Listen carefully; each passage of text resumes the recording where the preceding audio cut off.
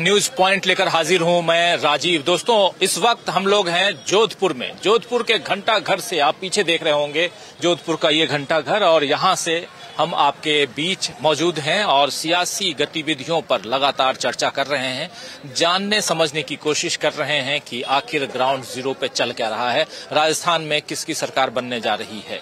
ये समझने के लिए हम लोग इस वक्त राजस्थान में जोधपुर में हैं, और जोधपुर आप जानते हैं कि न्यायिक राजधानी भी कहलाती है। न्यायधानी कहें या न्यायिक राजधानी कहें, इसलिए क्योंकि यहीं पर राजस्थान का हाई कोर्ट है, और राजस्थान के हाई कोर्ट के अलावा ये जो शहर है बहुत ही इम्पोर्टेंट, बहुत ही महत्वपूर्ण है। उस हिसाब से भी इम्पोर्टेंट और महत्वपूर्ण है क्योंकि पिछले कई वर्षों से टूरिस्ट प्लेस भी रहा है, और साथ साथ इस टूरिस्ट प्लेस में बहुत अलग अलग फोर्ट्स हैं, अलग अलग गतिविधियां होती हैं। और एक सबसे महत्वपूर्ण बात यहाँ ये है कि अशोक गहलोत भी यहीं से चुनाव लड़ते हैं, और जहां से ये कार्यक्रम हम कर रहे हैं घंटा घर से, ये एरिया सरदारपुरा एरिया कहलाता है, विधानसभा क्षेत्र। और यहीं से अशोक गहलोत 5 बार चुनाव जीत चुके हैं, 5 बार के विधायक हैं, और 6वीं बार वो ताल ठोक रहे हैं। क्या अशोक गहलोत जीतेंगे, ये सवाल लेकर आज कई जगह हम लोग घूमे। और आप जानते हैं कि कल हम लोग जयपुर में थे, जयपुर से पहले दिल्ली से जयपुर पहुंचे, रास्ते भर लोगों से चर्चा करते हुए आए, और आज जयपुर से जब हम जोधपुर पहुंच रहे थे तो भी रास्ते भर अलग अलग जगहों से ये बात अलग अलग लोगों से चर्चा करते हुए हम आए कि आखिर इस चुनाव में किसकी जीत होने जा रही है और किसकी हार होने जा रही है। क्या अशोक गहलोत फिर से आने वाले हैं, यानी कि उनकी सरकार बनेगी फिर से, और या बीजेपी जो दावे ठोक रही है और कह रही है कि यहाँ का रिवाज है कि हर 5 साल में सरकार बदल जाती है, तो क्या 5 साल होने के बाद यहाँ बीजेपी शासन करेगी। बहुत सारे सवाल, उन सवालों का जवाब खोजने की कोशिश।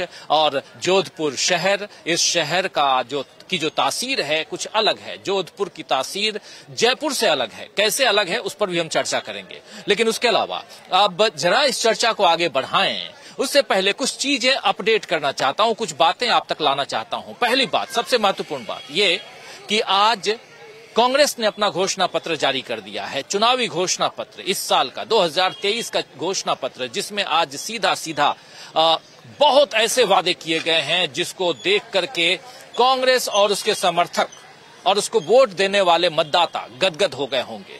उसमें किसानों के लिए 2 लाख रुपए कर्ज माफी है, गोबर की खरीदी 2 रुपए प्रति किलो की दर से। गोबर आप जानते हैं, गोबर गौमूत्र एक अलग इकोनॉमी है जिसको छत्तीसगढ़ सरकार ने मॉडल के रूप में पेश किया, अब यहाँ पे है। इसके अलावा एक महत्वपूर्ण बात और भी है जिस पर हम चर्चा करेंगे। 10 लाख रुपए तक 10 लाख नहीं बल्कि 25 लाख रुपए चिरंजीवी योजना के लिए, चिरंजीवी स्वास्थ्य बीमा योजना है, और जिसमें 25 लाख रुपए तक की आपको अगर बीमारी होती है, उसमें खर्च होता है, तो इलाज की सुविधा सरकार देती थी। माफी चाहूंगा। लेकिन अब राहुल गांधी ने आज घोषणा कर दी कि 25 नहीं बल्कि अब 50 लाख रुपए हम देंगे। 50 लाख रुपए मध्यम वर्ग और गरीबों को 50 लाख रुपए तक का इलाज करवाने की घोषणा अगर कर रही है सरकार, गहलोत सरकार, तो ये बहुत बड़ी बात है, छोटी बात नहीं हो सकती। ऐसी बहुत सारी योजनाएं, बहुत सारी चीजें हैं। महिला गृह लक्ष्मी योजना भी है, और जिसमें 10,000 रुपए प्रति वर्ष दिया जाएगा महिलाओं को। गैस सिलेंडर सब्सिडी के बाद अब इस बार 400 रुपए में गैस सिलेंडर, बिजली की कीमत, उसमें ये सारी चीजें, बहुत कुछ है जो कहीं न कहीं लुभा रही है यहाँ के मतदाताओं को। लेकिन ये लुभावने वादे क्या वोट में तब्दील होंगे, क्या वोटर्स को खींच के लाएंगे, एक बड़ा सवाल है। लेकिन इस घोषणा पत्र को जारी करते वक्त आज मल्लिकार्जुन खड़गे खुद मौजूद थे, जो कांग्रेस के प्रेसिडेंट हैं, और उन्होंने सीधा निशाना साधा प्रधानमंत्री नरेंद्र मोदी पर। मल्लिकार्जुन खड़गे ने साफ साफ कहा कि मूर्खों की सरदार आप हमें कहते हैं, लेकिन सचमुच कौन है मूर्खों का सरदार। जब ये बात वो रख रहे थे, जरा उनकी बात उन्हीं की जुबानी सुन लेते हैं, चर्चा आगे बढ़ाते हैं। सुनिए जरा क्या कुछ कह रहे हैं मल्लिकार्जुन खड़गे, सुनिए। हमको गालियां देने का छोड़ के दूसरा काम उन्होंने कुछ नहीं किया, लेकिन खुद ही बोलते हैं गालियां तो हमको देते हैं, राहुल गांधी जी को देते हैं, अब इनको भी शुरू करे हैं अशोक को भी देने का। और दूसरे हर स्टेट में जाते हैं तो वहाँ के नेताओं को बोलते हैं, मेरे को तो बहुत बार बोलते हैं कि मेरे बाप को भी गालियाँ दी इन्होंने। मैं क्यों दूँ? बाप बेचारे, उनके बाप पिताजी कब गुजर गए, क्यों गुजर गए, वो तो पॉलिटिक्स में नहीं थे। उनको बोलने का मेरा तो कोई ये नहीं बनता, अधिकार नहीं बनता। उनके पिता को बोल के मैं कहाँ जाऊँ? मैं तो अपनी माता को 75 ईयर्स पहले खो लिया। मैं जब 7 साल का था तब मैं, मेरी बहन, मेरी माँ, मेरा चाचा सब जल के खाक हो गए। मैं बचा एक, और मेरे पिताजी, 2 ही लोग बचे हमारे घर में, 2 ही लोग। अब तक जिंदा हूँ मैं, 82 हो गए, अब तक जिंदा हूँ। ये किस लिए कह रहा हूँ? हम किसी को ऐसा बोलते नहीं, लेकिन झूठों का सरदार हमेशा हर बात ऐसी बोलते रहते, हर बात ऐसी ही बोलते रहते। ये बड़ा मुश्किल हो गया। जुमलेबाजी वो तो शाह के लिए छोड़ी सी। तो ये ऐसा, यानी जो हमारे मुंह में नहीं रहता वो हमारे मुंह में डाल के लोगों की सिंपैथी वो लेने की कोशिश करते। ये अच्छा नहीं। आप पॉलिटिक्स में हो, आप क्या किए आप बोलिए, आप क्या नहीं किए हम बोलेंगे। अगर लोगों को पसंद आया तो लोग स्वीकार करेंगे, अगर नहीं आया तो छोड़ दो उसको। तो उन्होंने वो भी मुझे बदनाम करने की कोशिश की। आप पढ़े होंगे, करगे जी ने मेरे पिताजी को वे नहीं छोड़े, वो पहले ऐसे नहीं थे, यानी वो भी एक, यानी ऐसे नहीं थे, कोई इनको सिखा रहा है इसलिए बोल रहे। खैर जान दो। सीधा सीधा यहाँ हमला कर रहे थे, अपनी बातें रख रहे थे मल्लिकार्जुन खड़गे, और मल्लिकार्जुन खड़गे ने जो बातें रखी हैं और इसको बहुत गंभीरता से लेते हुए कांग्रेस के कार्यकर्ता जो हैं वो बातें आगे बढ़ा रहे हैं, ऐसा साफ दिखाई दे रहा है। क्योंकि यहाँ जोधपुर आने के बाद एक बात समझ में आ रही है कि यहाँ कांग्रेस के कार्यकर्ता काफी एक्टिव हैं, काफी एक्टिव हैं कांग्रेस के कार्यकर्ता। लेकिन कितने एक्टिव हैं, कितना दम है कांग्रेस में, ये सब हम चर्चा में आगे जब हम चर्चा बढ़ाएंगे। लेकिन आज इसी राजस्थान में आज एक तरफ प्रधानमंत्री नरेंद्र मोदी ने 3 सभाएं की, आम सभाएं की, रोड शो किया, और कल हवा महल से हम जो कार्यक्रम कर रहे थे उसी एरिया से प्रधानमंत्री नरेंद्र मोदी रोड शो करते हुए नजर आए आज जयपुर में। और दूसरी तरफ राहुल गांधी वार करते हुए नजर आए। राहुल गांधी ने सीधा सीधा हमला बोला प्रधानमंत्री नरेंद्र मोदी पर। क्रिकेट की बात पिछले 2-3 दिनों से आप खूब सुन रहे हैं दोस्तों। प्रधानमंत्री नरेंद्र मोदी रनआउट की बात कर रहे हैं कांग्रेस के लिए, तो उधर प्रियंका गांधी हिट विकेट की बात करती हैं, और तीसरी तरफ हम देखें तो राहुल गांधी जो है सीधा छक्का मारते हैं, सिक्सर मारते हैं। सिक्सर में जो बातें कहते हैं वो ये कहते हैं कि आखिर ये पनौती शब्द क्या है, पनौती कौन है, जरा सुन लेते हैं। ये पनौती शब्द पिछले 2-3 दिनों से क्यों चल रहा है, इसके पीछे की राजनीति क्या है, सियासत क्या है, सुनिए जरा। याद है? हाँ, क्या पनौती पनौती पनौती, वो अच्छा भला वहां पे, अच्छा भला हमारे लड़के वहां पे वर्ल्ड कप जीत जाते, वो वहां पे पनौती हरवा दिया। टीवी वाले ये नहीं कहेंगे, टीवी वाले ये नहीं कहेंगे, मगर जनता जानती है। याद है? हाँ, क्या पनौती पनौती पनौती, वो अच्छा भला वहां पे, अच्छा भला हमारे लड़के वहां पे वर्ल्ड कप जीत जाते, वो वहां पे पनौती हरवा दिया।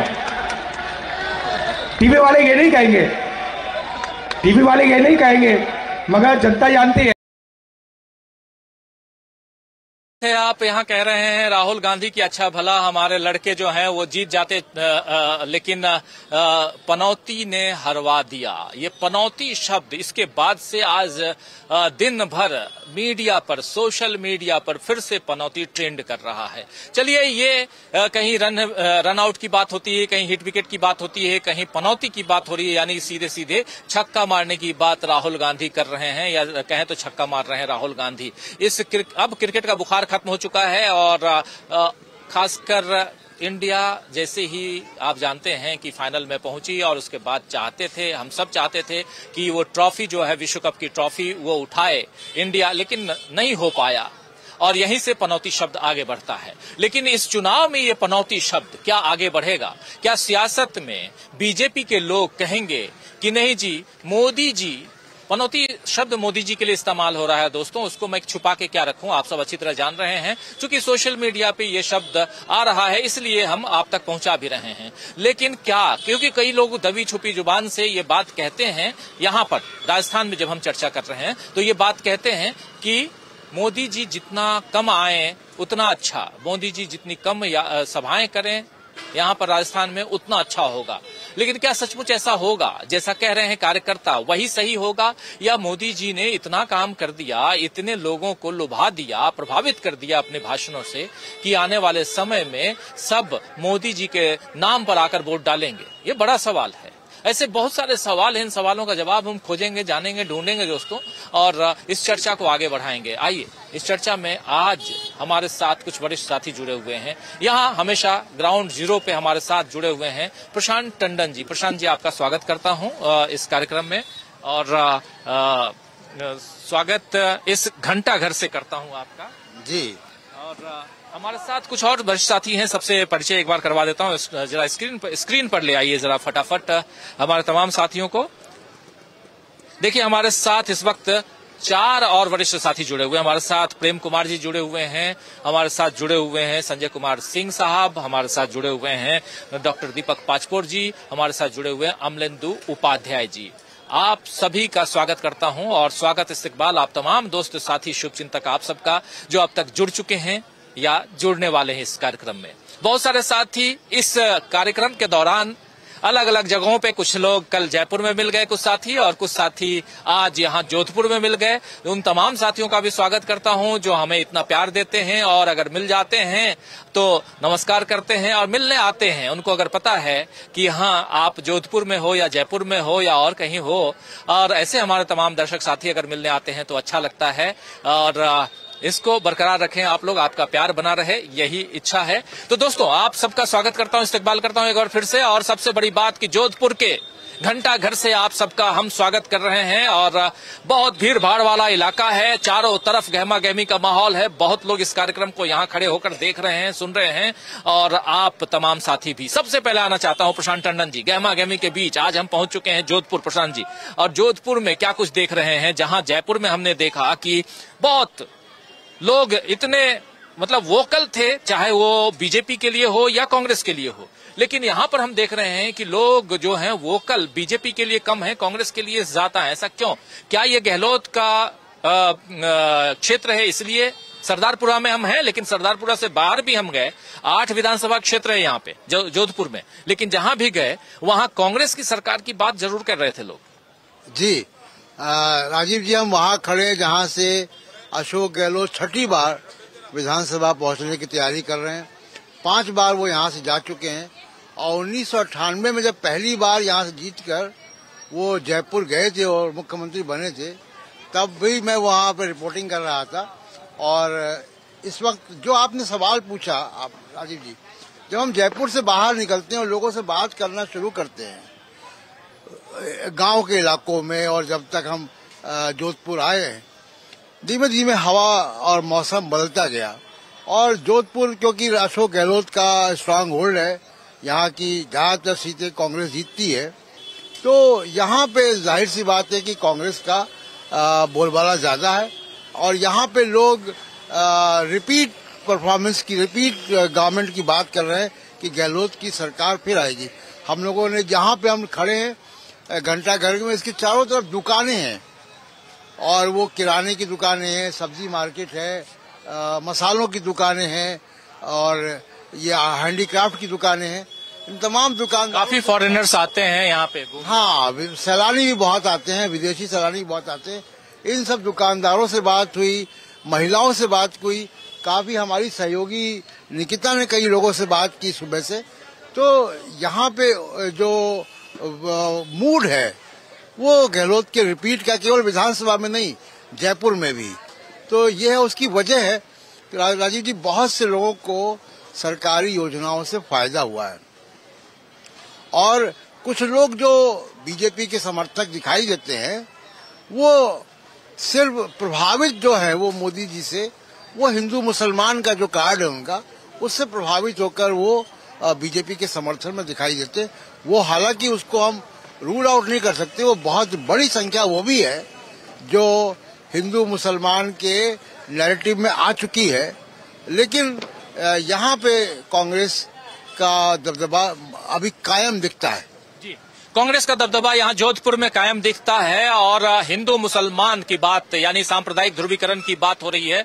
और ये बात भी यहाँ दबी जुबान से हो या सीधी जुबान से हो, कुछ लोग सीधे सीधी बात करते हैं, कुछ लोग दबी जुबान में बात करते हैं, लेकिन बात कहीं ना कहीं जो बीजेपी के समर्थक हैं उनमें एक बात है कि उनके पास योजनाओं के खिलाफ यानी कि अशोक गहलोत की योजनाओं के खिलाफ बोलने के लिए कुछ भी नहीं है। उनको अशोक गहलोत की योजनाएं जो हैं वो पसंद आती हैं और अब जो घोषणा पत्र लेकर के कांग्रेस आई है उसके सामने भी ये कहीं ना कहीं बौने नजर आते हैं जो बीजेपी के समर्थक हैं। लेकिन उनको सरकार चाहिए बीजेपी की। क्यों चाहिए? क्योंकि उनको ये हिंदू बनाम मुसलमान उनके अंदर तक, दिल तक बैठा हुआ है। ये एक दुखदाई बात यहाँ पे है, दुख होता है, इसलिए ये दुखदाई शब्द इस्तेमाल कर रहा हूं क्योंकि ये देश ऐसा नहीं था। इस देश में ये सर्वधर्म संभाव वाला देश था। इस देश में धर्म के नाम पर हमारा विभाजन नहीं हुआ था। हम सब ईद भी मनाते थे, बकरीद भी मनाते थे, दिवाली भी मनाते थे और होली भी मनाते थे। लेकिन अभी अगर यहाँ भी ऐसे लोग हैं और धीरे धीरे ऐसे लोगों का तादाद अगर इनकी संख्या बढ़ जाए तो आप समझ सकते हैं कि क्या हो सकता है। ये एक डरावनी तस्वीर आपके सामने रख रहा हूं, बस यही, क्योंकि बिहार, उत्तर प्रदेश ऐसे राज्यों से ऐसी तस्वीर आती है तो ये एक प्रचलन में आ चुका है। राजस्थान से भी अगर ऐसी तस्वीर अगर दिखाई देने लगे तो ये दुखदाई है। खैर, आगे बढ़े। हमारे साथ कुछ और साथी जुड़ गए। हमारे साथ एक वरिष्ठ साथी और जुड़ गए हैं और प्रोफेसर रविकांत जी। रविकांत जी, आपका स्वागत करता हूं इस कार्यक्रम में। सीधे जोधपुर के इस घंटा घर से हम लोग इस कार्यक्रम को आप सबके सामने पेश कर रहे हैं। आप भी सहभागी हैं। सीधा आपके पास ही आना चाहता हूं रविकांत जी। जो बात मैं रख रहा था, आज राहुल गांधी भाषण देते वक्त कह रहे थे कि यहां 25 लाख रुपए चिरंजीवी स्वास्थ्य बीमा योजना को लेकर अशोक गहलोत की सरकार दे रही है, जिसका काफी लाभ मिल रहा है, लोगों को फायदा मिल रहा है। लेकिन मुझे ये सुनने में आया है, मेरे से कई लोगों ने कहा कि आप इसकी जो रकम है उसको बढ़वा दीजिए। तो मैंने अशोक गहलोत से बात की और इसकी रकम को अब 25 से बढ़ाकर 50 लाख रुपए चिरंजीवी स्वास्थ्य बीमा योजना करने का हमने वादा कर दिया है, घोषणा कर दी है। ये जो घोषणा है 50 लाख रुपए चिरंजीवी स्वास्थ्य बीमा योजना, इसमें जो मध्यम वर्ग के लोग हैं, गरीब लोग हैं, चाहे वो कैंसर का इलाज कराना चाहें, चाहे वो हार्ट के पेशेंट हों, जहां ज्यादा खर्च आता है, ऐसे लोग जो हैं वो 50 लाख रुपए तक का इलाज करवा सकते हैं। छोटी मोटी बात नहीं है। और जब आज हम यहाँ कुछ लोगों से, कुछ दुकानदारों से, कुछ प्रभावितों से बात कर रहे थे तो उन लोगों में से कुछ लोग जो इसका लाभ उठा चुके हैं वो भी कह रहे थे कि हमको इससे बहुत फायदा हुआ, थोड़ा सा पैसा खर्च हुआ, 2-4 हजार रुपए खर्च करना पड़ा और कुछ चीजों के लिए, लेकिन उसके अलावा 25 लाख रुपए के अंदर हम लोगों ने 17 लाख, 20-20 लाख और 12-12 लाख रुपए का इलाज हमने करवाया। और वो भी फोर्टिस जैसे अस्पताल में, ऐसे अस्पताल में जो नंबर 1 की श्रेणी में आते हैं, वैसे अस्पतालों में।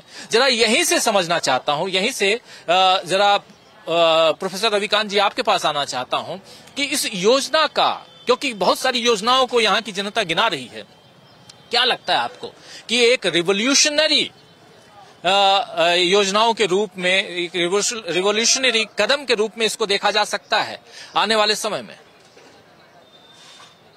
नहीं, निश्चित तौर पर। और मुझे लगता है कि राहुल गांधी नेहरू के विजन को अंबेडकरी तेवर में जिस ढंग से लगातार प्रस्तुत कर रहे हैं, चाहे वो जाति जनगणना का सवाल हो, आदिवासियों के आत्मसम्मान के मुद्दा हो, या दलितों के उत्पीड़न का, महंगाई का, बेरोजगारी का और शिक्षा और स्वास्थ्य का, ये वही राहुल गांधी हैं जिन्होंने डंके की चोट पर यह कहा कि भारतीय जनता पार्टी के लोग अपने बच्चों को इंग्लिश मीडियम में पढ़वाते हैं, लेकिन दलितों, पिछड़ों और आदिवासियों को चाहते हैं कि वो केवल वहां की लोकल लैंग्वेज में पढ़े। जब आदिवासी का बच्चा भी पायलट बनने का ख्वाब देखे, डॉक्टर, इंजीनियर, कलेक्टर बनने का ख्वाब देखे, तब देश बनेगा असली विश्व गुरु।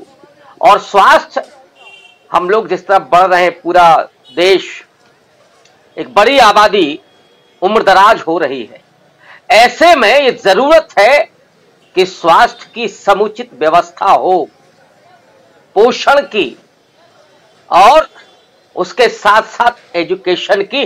और ये जो योजना चल रही है राजस्थान में, चिरंजीवी योजना, ये वैसे ही वो माइलस्टोन बन चुकी है, लेकिन राहुल गांधी ने उसे, आज मैं ट्वीट भी उनका पढ़ रहा था कि 50 लाख रुपए उसकी म्याद कर दी, उसकी रकम कर दी गई है बढ़ा करके। ये सुखद है और एक प्रतिमान है उन लोगों के सामने जो केवल बुजदिली की राजनीति करते हैं, जो नफरत की राजनीति करते हैं, जो हिंसा की राजनीति करते हैं। वो देश बनाना नहीं चाहते, देश तोड़ना चाहते हैं।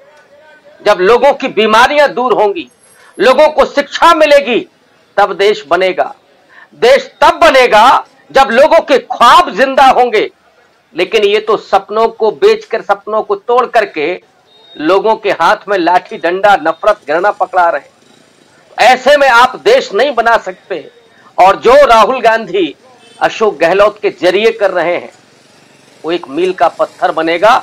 और आने वाले चुनावों में सिर्फ एक राजस्थान का मसला नहीं है, चाहे उसमें 500 रुपए में सिलेंडर हो, ये भी आप देखिए। एक और योजना जिसके बारे में मैं जानता हूं, मैंने वहां के लोगों से बात की है, 10 रुपए में वहां भोजन मिलता है राजीव जी।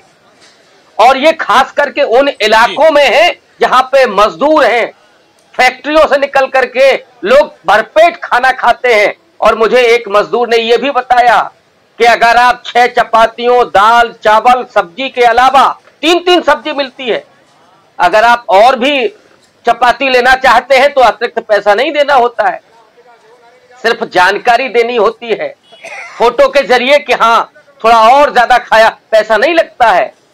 भामाशाह योजना चल रही है राजस्थान में। कांग्रेस पार्टी जिस तरह से प्रतिमान स्थापित कर रही है उन कल्याणकारी योजनाओं के जरिए, लोगों के, चाहे वो शिक्षा का सवाल हो, स्वास्थ्य का हो, या उनके भोजन का सवाल, इन मुद्दों पर अगर चुनाव लड़ा जाएगा तो देश की भविष्य की नई इबारत लिखी जाएगी। लेकिन अगर चुनाव धर्म के मुद्दे पर होगा, जाति के मुद्दे पर होगा, जाति मतलब विभाजन के मुद्दे पर, तो इस देश का डेवलपमेंट नहीं होगा, देश बनेगा नहीं, देश टूटेगा। वो तो मणिपुर में जाकर के उन्होंने 2 मणिपुर बना दिए, राहुल गांधी का आरोप। और इस इंडिया को भी 2 भागों में तब्दील कर दिया, एक अंबानी और अडानी जैसे लोगों का हो गया और दूसरा गरीबों का भारत है। उसके उत्थान की जरूरत है, उसके तरक्की की जरूरत है, उसके शिक्षा और स्वास्थ्य की जिम्मेदारियों की जरूरत है। और ये राहुल गांधी अगर कर रहे हैं तो मुझे लगता है कि वो जो नेहरू का विजन था, लेकिन जिस लहजे में राहुल गांधी बात कर रहे हैं, जिस शिद्दत के साथ बात कर रहे हैं, इसलिए मैं कह रहा हूं कि नेहरू के विजन को अंबेडकरी तेवर में जिस ढंग से राहुल गांधी बात कर रहे हैं, वो उनके बहुजन की राजनीति को रेखांकित करता है। वो उनके उस स्वप्न को, उस विजन को रेखांकित करता है कि आम आदमी, जो गांधी का ख्वाब था कि अंतिम व्यक्ति के आंसुओं को पहुंचना, ये राहुल गांधी इस समय प्रतिमान स्थापित कर रहे हैं। और मुझे लगता है कि भारतीय जनता पार्टी के लिए बेहद मुश्किल है इस पिच पर खेलना, इसीलिए वो वाइड बॉल, नो बॉल फेंक रहे हैं। लेकिन झांसे में आने वाला इधर कोई नहीं दिख रहा है, वो बिल्कुल टू द पॉइंट मुद्दों की बात हो रही है। और यही मुझे लगता है कि भविष्य की राजनीति, वर्तमान ही नहीं, भविष्य की राजनीति को भी गढ़ेगा।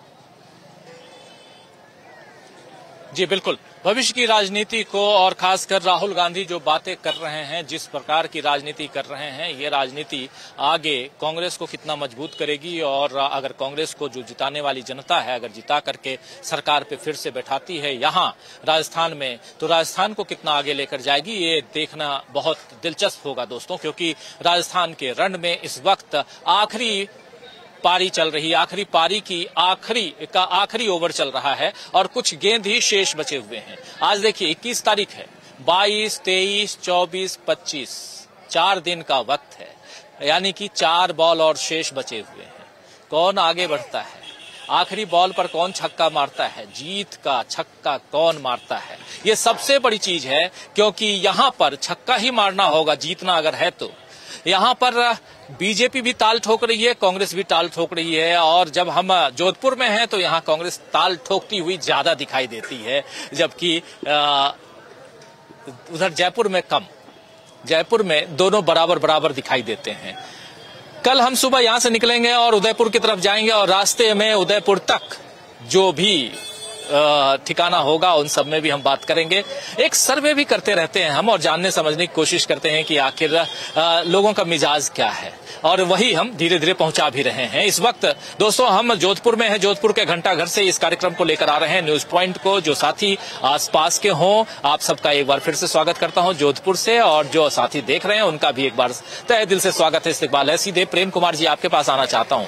प्रेम कुमार जी, कैसे देखा जाए यहाँ गुजरात में बीजेपी, क्योंकि गुजरात का यहां जिक्र इसलिए कर रहा हूं कि बगल में गुजरात है और गुजरात में बीजेपी क्लीन स्वीप कर ली थी विधानसभा चुनाव में, लेकिन राजस्थान में यहां बीजेपी का दम निकला जा रहा है। इतना फर्क कैसे? और एक एडजॉइनिंग स्टेट, एक पड़ोसी राज्य गुजरात है तो दूसरा पड़ोसी राज्य जो है वो मध्य प्रदेश भी है। मध्य प्रदेश में तो हमारे साथी प्रशांत टंडन जी वहां से लौट के आए और कह रहे हैं कि वहां लहर है बीजेपी के खिलाफ। यहां कैसे आप देख रहे हैं?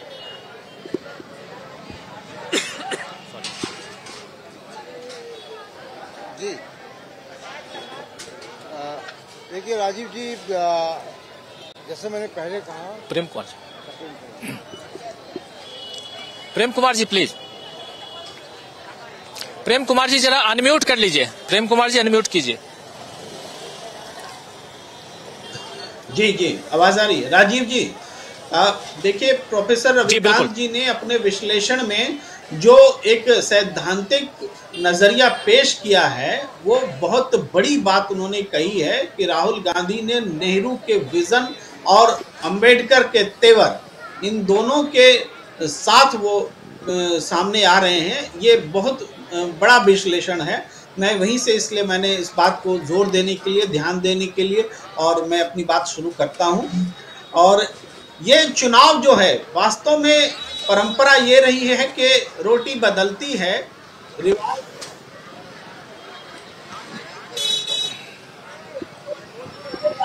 वो तो वोट के बाद देखेंगे, लेकिन रिवाज वोट से पहले बदलता दिख रहा है। पहले इसलिए बदलता दिख रहा है कि अब कोई भी, चाहे सर्वेयर हो या विश्लेषक हो, ये नहीं कहता है कि कांग्रेस कहाँ है। वो कह रहा है कि कांग्रेस तो सरकार बना रही है या उसके साथ है या उसके पास है, इसी किस्म से बात हो रही है। ये नहीं कह रहा है कि कांग्रेस सत्ता से बाहर हो रही है। यानी विश्लेषण का ही अंदाज जो है, रिवाज जो है बदल चुका है। रिवाज उस हिसाब से देखें तो नतीजे भी रिवाज बदलने वाले आएंगे। अब आज घोषणा पत्र आया, इस घोषणा पत्र में वो नजरिया जो है अंबेडकर की का तेवर और नेहरू का विजन वो नजर आता है। वो देखिए, राइट टू एजुकेशन की बात की गई है, या फिर चिरंजीवी योजना को मजबूत किया गया है, किसानों को लोन फ्री 2 लाख रुपए देने की बात हुई है, कारोबारियों के लिए भी ऐसी ही घोषणा हुई है, ओपीएस का को पहले ही कानून बनाने की बात की जा चुकी है और ओपीएस का वादा किया गया है। ये वो ऐसी बातें हैं जो कि जनता के सरोकार से, जन कल्याण से जुड़ी हुई है। और राहुल गांधी ने जो कहा है, तुम अडानी को दो, तुम जितना अडानी को दोगे हम उतना जनता को देंगे, गरीब लोगों को देंगे। ये विजन दिखता है। तुम दो अडानी को, माफ करो, लेकिन हम उतना ही पैसा गरीबों को देंगे। इसलिए कोई आंख लगाएगा कि 25 लाख का 50 लाख क्यों कर रहे हो, तो उसको आंख लगाने दो, क्योंकि आंख उसमें लगना चाहिए जब 14.5 लाख करोड़ रुपए माफ किए जाते हैं, उसमें आंख लगना चाहिए। वो रेवड़ी है, इस जनता को देने वाली रकम रेवड़ी नहीं है। स्वास्थ्य की गारंटी करने वाला वादा कोई रेवड़ी नहीं हो सकता। या किसानी को हम उद्योग धंधे के तौर पर नहीं देखते, न देख सकते हैं। अन्न का उत्पादन करना और लोहा और तांबा का उत्पादन करना दोनों अलग चीजें होती हैं। अन्न का उत्पादन करने में अगर उसकी लागत के हिसाब से भी, स्वामीनाथन कमेटी के हिसाब से ही अगर किसानों को 50% उसकी लागत का मूल्य दिया जाता है, तो ये उसका हक है और ये होना चाहिए। क्योंकि अनाज अगर पैदा नहीं हुआ, तो हमने पहले भी कहा, अनाज की तुलना किसी दूसरे प्रोडक्ट से नहीं हो सकती। अनाज है तब हम कोरोना का मुकाबला कर सके, अनाज में आत्मनिर्भरता है तब कुछ है। तो किसानों की खेती को लाभदायक बनाना, उसके लिए घोषणा करना, ये क्रांतिकारी कदम है। राजस्थान ने मॉडल पेश किया है इन घोषणा पत्रों में और कुछ काम करके दिखाया है। तो उस हिसाब से हमें लगता है कि इस मोर्चे पर भारतीय जनता पार्टी कहीं खड़ी नहीं है। यही कारण है कि नरेंद्र मोदी जी 3 दिसंबर अछू मंत्र कर रहे हैं। जादू मंत्र थोड़े है, मनौती पनौती की बात इसीलिए आती है। राजीव जी, बोलना बहुत जरूरी है। हम देख रहे हैं आप बार आपके चेहरे से लग रहा है कि मैं अपनी बात खत्म करूं, लेकिन ये बात बोलकर खत्म करता हूं। नहीं, आप बिल्कुल बोलिए। नहीं, बोलिए प्रेम कुमार जी, बोलिए, जरूर बोलिए जी। जब हम टीवी चैनल में बैठ करके पप्पू सुन सकते हैं, बबली बंटी सुन सकते हैं, तो आज वक्त है कि जनता कह रही है पनौती, तो पनौती सुनना पड़ेगा पनौती। हमने नाम नहीं दिया है, जनता ने दिया है। और आपके करनी से आपका नाम पनौती पड़ रहा है, क्योंकि आपने कहा था 2 मई दीदी गई, क्या हुआ? वो मनौती पनौती में बदल गया था। आपने कहा था हनुमान जी का नाम लो, वोट करो, बीजेपी जीतेगी, मनौती पनौती में बदल गया, जीत कांग्रेस गई। आपने ऐसी बहुत सारी बातें कही जो कि मनौती पनौती में बदल गया। आज आप कह रहे हैं 3 दिसंबर और जादू कांग्रेस छूमंतर।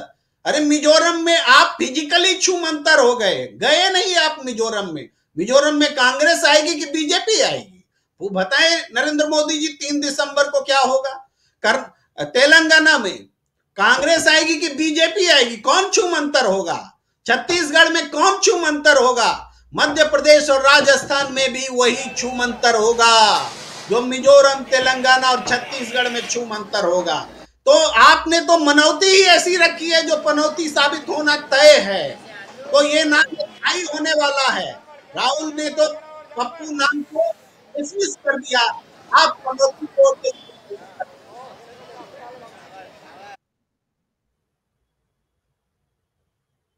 जी बिल्कुल, राहुल गांधी ने पनौती शब्द का इस्तेमाल किया, लेकिन एक शब्द मुझे जरा राइमिंग अच्छा लग रहा है जो आप कह रहे हैं प्रेम कुमार जी। मनौती पनौती, ये जो 2 शब्दों का आप प्रयोग कर रहे हैं बहुत शानदार है। आपको बधाई देता हूं कि मनौती पनौती में तब्दील हो गया है। लेकिन ये मनौती पनौती क्या यहां भी चलता हुआ दिखाई दे रहा है क्या? संजय कुमार जी के पास आऊं, लेकिन पहले एक बार प्रशांत टंडन जी आपके पास। ये बहुत एक बढ़िया विश्लेषण है और कह रहे हैं प्रेम कुमार जी कि जब हम पप्पू, बंटी, बबली और क्या क्या सुन सकते हैं, इस पे चर्चा, डिबेट्स, और एक नहीं कईयों, हजारों, सैकड़ों डिबेट सुन सकते हैं, तो पनौती पे डिबेट क्यों नहीं होनी चाहिए? इस पे बात क्यों नहीं होनी चाहिए? और राहुल गांधी इस पर बात क्यों न करें? जी देखिए, राजनीतिक विमर्श को नीचे करने का काम मोदी साहब ने ज्यादा किया है और वो बहुत ही निम्न स्तर तक चले जाते हैं। और अभी आपको बताया कि 2 दिन पहले का उनका भाषण है जो राहुल गांधी का एक फेक वीडियो चलाया गया, आलू से सोना बनाने वाला, जिसको तमाम टीवी चैनलों ने और मीडिया ने और आपके चैनल ने भी उसको ये कहा कि ये मोदी जी का खुद का भाषण था जिसको राहुल गांधी कोट कर रहे थे, और लेकिन उनके बीजेपी आईटी सेल ने उसको अधूरा दिखाकर एक प्रचार किया। अफसोस की बात है कि उस झूठे प्रचार को 2 दिन पहले मोदी जी ने खुद अपने भाषण में कहा। तो राजनीतिक विमर्श को निचले स्तर तक वो ले जाते हैं, एक बात। दूसरी बात कि देखिए, चाहे वो कर्नाटक का चुनाव हो चाहे बंगाल का हो, उसके भी आगे जाइए आप। मैं ये कह रहा हूँ कि जैसे 15 लाख सबको मिल जाएंगे, इतना ब्लैक मनी आ जाएगा इस देश में, या 2 करोड़ रोजगार हर साल क्रिएट किए जाएंगे। कहाँ है वो सब? वो सब कहीं नहीं है। अब उसी तरीके से आप देखिए कि महिलाओं को 12,000 रुपए छत्तीसगढ़ में वादा किया, सिर्फ महिलाओं को, विवाहित महिलाओं के लिए। यही गहलोत सरकार 10,000 रुपए का वादा कर रही है। मुखिया, परिवार की मुखिया महिला को राशन कार्ड से पहचाना जा सकता है। विवाहित महिला को, जैसा मैं पहले भी कह चुका हूँ, विवाहित महिला को सर्टिफिकेट लाना पड़ेगा। वो सर्टिफिकेट वाली विवाहित महिला तो जनसंख्या का 1% भी नहीं है। तो इनके सारे जो वादे होते हैं वो जुमले हैं, उनको पनौती कहिए, पनौती अंधविश्वास है, लेकिन एक विशेषण के तौर पे अगर उसका इस्तेमाल हो रहा है तो ठीक है। राजनीतिक विमर्श मोदी जी ने नीचे लाया, उनको झेलना भी पड़ेगा। बिल्कुल, राजनीतिक विमर्श में कुछ शब्दों का इस्तेमाल पप्पू से लेकर 15 लाख रुपए तक, 15 लाख को अमित शाह ने जुमला करार दिया था। उन्होंने खुद कहा था, अरे वो तो चुनाव के वक्त जुमला था, जुमला हम लोगों ने कहा। वहां से जुमला, उससे पहले राहुल गांधी को पप्पू, बंटी, बबली, बहुत सारी बातें होती रही। और इसके बाद अब एक नया शब्द गढ़ा गया है और खूब ट्रेंड किया उस दिन, जिस दिन भारत वर्ल्ड कप क्रिकेट का फाइनल मैच खेल रहा था। शब्द था हिंदी और अंग्रेजी दोनों में पनौती, और इस पनौती शब्द को आज उसका इस्तेमाल किया राहुल गांधी ने इसी राजस्थान में, जिस पर तिलमिलाई हुई है बीजेपी। खैर, ये सब चलता रहेगा और ऐसी बातें होती रहेंगी। सियासत है, सियासत में शब्दों को गढ़ा जाता है, उसके फायदे, नफा, नुकसान सब उठाने की कोशिश होती है, और साथ साथ ये भी कि किसी को डिमोरलाइज किया जाता है, किसी को ऊपर उठाया जाता है। आज की तारीख में कौन डिमोरलाइज हो रहा है? इस वक्त जहां से हम ये कार्यक्रम कर रहे हैं, ये जोधपुर का घंटाघर है, और घंटाघर ही नहीं बल्कि आप जानिए कि ये जो एरिया है ये अशोक गहलोत का एरिया है। यहां से अशोक गहलोत 5 बार विधायक चुने जा चुके हैं, 6वीं बार ताल ठोक रहे हैं। विधायक ही नहीं बनना, वो उनको मुख्यमंत्री भी बनाना यहाँ की कुछ जनता जिनसे चर्चा होती है वो चाहती है। लेकिन दूसरी तरफ आना चाहता हूं संजय कुमार सिंह साहब आपके पास। विमर्श जो हो रही है, बातचीत जो हो रही है, वो एक महत्वपूर्ण बातचीत है। बातचीत में राजस्थान के रण की बात, राजस्थान में कौन जीतेगा कौन हारेगा, ये तो 3 तारीख को पता चल जाएगा। और अभी जो 4 दिन शेष हैं, जो अंतिम ओवर के 4 बॉल बचे हुए हैं, उस 4 बॉल पर कौन कितने चौके छक्के लगाता है या कौन कितना विकेट लेता है, ये देखना दिलचस्प है। आज राहुल गांधी भी इसी जगह थे, आज घोषणा पत्र भी कांग्रेस का आ गया है, और नरेंद्र मोदी भी यहीं, यानी कि ये जोधपुर में नहीं, मैं कह रहा हूं राजस्थान में। और शाम को हवा महल के पास प्रधानमंत्री नरेंद्र मोदी रोड शो कर रहे थे। तो ये सारी बातें हो रही हैं, और होना भी चाहिए। जब आप चुनाव जीतने की कोशिश करते हैं, उसमें आप लगते हैं। लेकिन कौन आगे चल रहा है? संजय कुमार सिंह जी, अगर ये पूछा जाए आपसे, इतनी देर से आप सबका विश्लेषण सुन रहे हैं, इस विश्लेषण के आधार पर आपसे पूछा जाए कि कौन यहाँ इस चुनाव में आगे दिखाई दे रहा है, आज जबकि 4 दिन शेष बचे हुए हैं। इस चुनाव में मतदाता जो है मतदान करने के लिए 25 तारीख को जाएंगे, लेकिन उससे पहले आज अगर मतदान हो जाए तो कौन आपको आगे दिखाई देता है?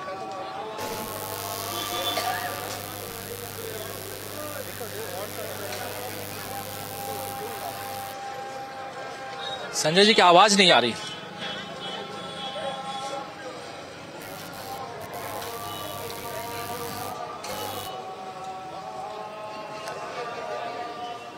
संजय जी, माफी चाहूंगा, आप रिकनेक्ट कीजिए। और इसी सवाल के साथ आना चाहता हूं डॉक्टर दीपक पाचपोर जी आपके पास। दीपक जी, तमाम विश्लेषणों के बाद कौन आगे है इस चुनाव में? देखिए राजीव जी, मुझे ऐसा लगता है कि ये जो पूरा का पूरा चुनाव जो अब है, ये गारंटियों की स्पर्धा है, वादा और उसकी स्पर्धा पे सारा का सारा निर्भर हो गया। अभी जो आप बता रहे हैं कि राहुल गांधी ने पर चिरंजीवी स्वास्थ्य योजना की राशि को 25 लाख बढ़ाया गया, ये बताता है कि आप इस तरीके से केवल वादे कर नहीं रहे, उसको एक वैज्ञानिक देख रहे हैं कि है और हमको कितना दिया जाना चाहिए। कि ये छत्तीसगढ़ में जब फरवरी 2022 में पिछले एक सभा थी जहां भूपेश बघेल ने मुख्यमंत्री किया कि जो भूमिहीन, काफी आवाज आपकी आवाज भी रोकना चाहूंगा आपको, आपकी आवाज भी बहुत डिस्टर्ब हो रही है। जरा प्लीज आप लोगों से ये गुजारिश जरूर है कि आवाज पहले चेक कर लें। लेकिन अमलेंदु उपाध्याय जी आप तक आना चाहता हूं। अमलेंदु जी आप क्या कहेंगे इस पे? देखिए राजीव जी, आप जो चल रहा है, आप राजस्थान में आप चूंकि जमीन पे हैं, वहां से आप बिल्कुल सब बातें बता रहे हैं कि क्या हो रहा है जमीन पे, लेकिन यहाँ बैठ के जो समझा जा सकता है और जिस तरीके से आज सोशल मीडिया पे सब चल रहा है, उसको देख करके कहा जा सकता है कि भारतीय जनता पार्टी आखिरी ओवर में बहुत ज्यादा दबाव में है और उसे लग रहा है कि लक्ष्य जो है वो पूरा होने नहीं जा रहा है किसी भी तरीके से। अब वो चाहे बॉल फेंक ले और चाहे कुछ भी कर ले, लेकिन अब वो लक्ष्य प्राप्त होने वाला नहीं है, ऐसा जो है समझा जा सकता है कि भारतीय जनता पार्टी को ऐसा लग रहा है। और ये जो है वो प्रधानमंत्री भाषण और भारतीय जनता पार्टी में समझिए मीडिया पर भी जिस तरीके से भारतीय जनता पार्टी के समर्थक करके अब अफसोस जाहिर कर रहे हैं कि देश के प्रति है, वही देश का प्रधानमंत्री तो साथ में उसमें है, चुनाव के मैदान में तो गया था, वो देश का प्रधानमंत्री नहीं है। जब देश का प्रधानमंत्री 3 दिसंबर को छू मंतर कर रहा है तो छू मंतर की जवाब दिया जा रहा है। आज मल्लिकार्जुन खड़गे ने राजीव जी जिस तरीके से प्रधानमंत्री मोदी को जवाब दिया और प्रधानमंत्री किस तरीके से गलत तरीके से बातों को ट्विस्ट करते हैं और प्रधानमंत्री को जिस तरीके से जवाब दिया, मुझे लगता है कि वो भी आज काफी ज्यादा वायरल हो रहा है। मल्लिकार्जुन खड़गे ने जिस तरीके से झूठों के सरदार कहा, तो अब कुछ कहने की आवश्यकता नहीं रहेगी कि झूठों के सरदार मतलब जो आप है कि नहीं है।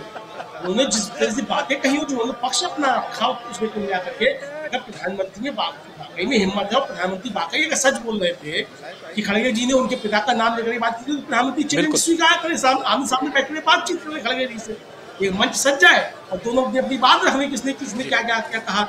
मुझे लगता है कि राजीव जी के अब चुनाव जिस दिशा में बढ़ रहा है और ये बात मुझे लगता है भारतीय जनता पार्टी को समझ आ गई है कि शायद ये 5-0 होने जा रहा है, ऐसा हो सकता है कोई आभास भारतीय जनता पार्टी को लग रहा हो, क्योंकि उनकी एक उम्मीद जो थी वो राजस्थान से ही जो थी वो थी कि किसी तरीके से यहाँ आपस का जो मनमुटाव है कांग्रेस का उसको दिखा करके यहाँ कुछ आगे बढ़ा जा सकता है और दूसरा ये किया एक रिवाज जो बदलने की बात है उसको हो सकता है।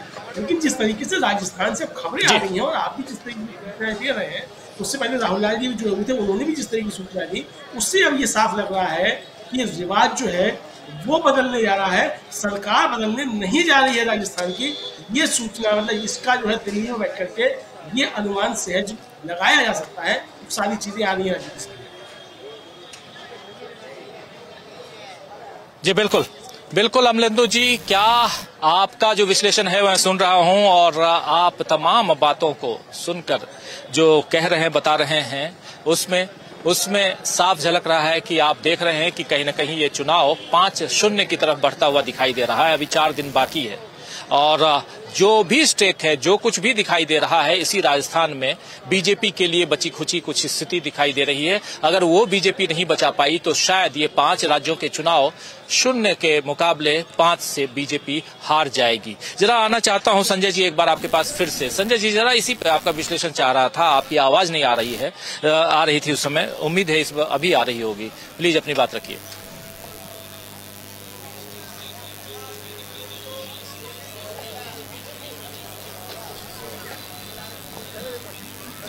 नहीं आ रही है, आपकी आवाज नहीं आ रही है, माफी चाहूंगा संजय जी, लेकिन आना चाहता हूं सीधा।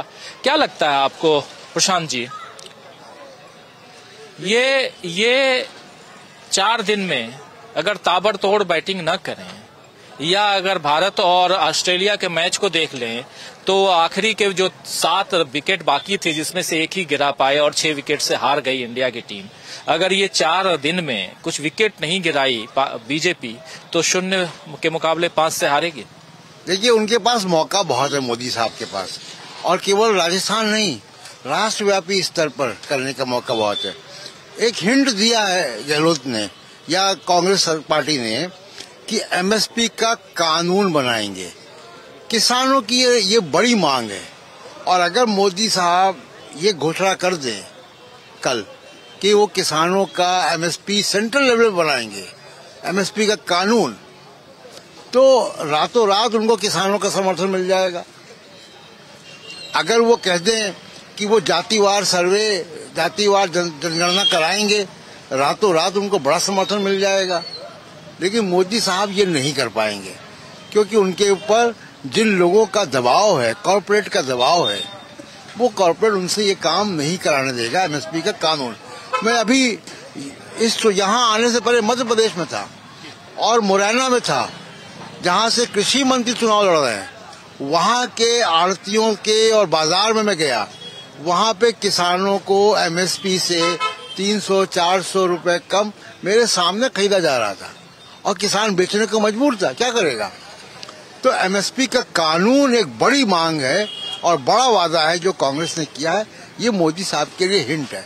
एक बात और, दूसरी चीज जो हम लोगों ने दिन भर देखा और 2 दिन से देख रहे हैं, मोदी साहब कह रहे सनातन पे बड़ा खतरा है।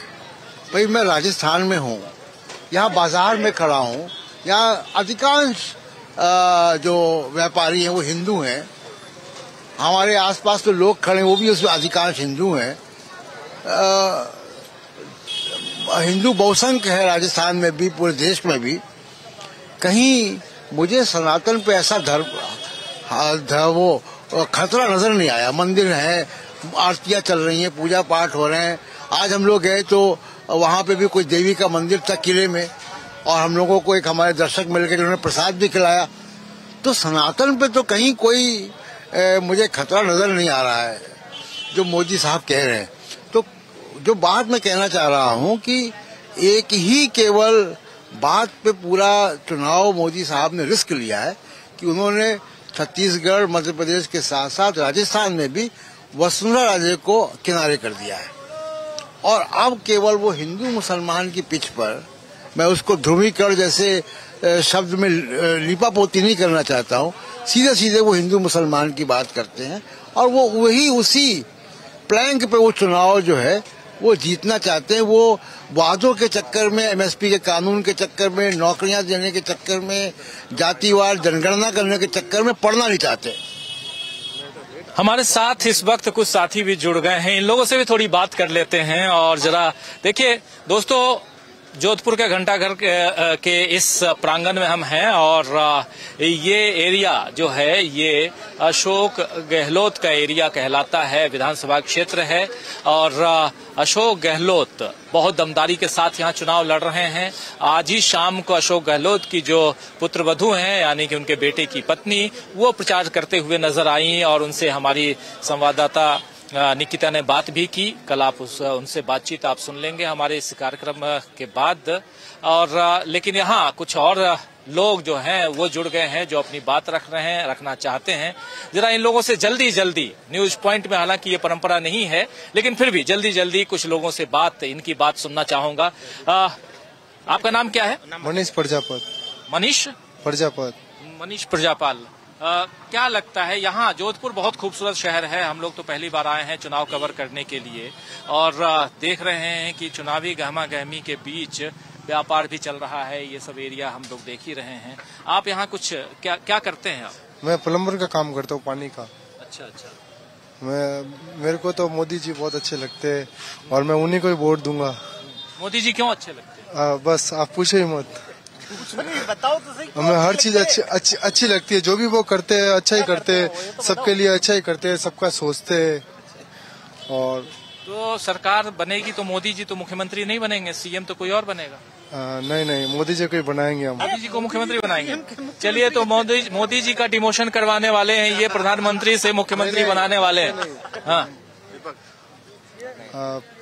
चलिए कोई बात नहीं। आप अब चूंकि राजनीति की बात हो रही है दोस्तों और थोड़ी सी चर्चा राजनीति की ही कर ही रहे हैं हम भी। आप क्या चाहते हैं, यहाँ पर किसकी सरकार बने? हम ये चाहते हैं कि बीजेपी, ये कांग्रेस की सरकार बने, अशोक गहलोत हमारे सीएम बने।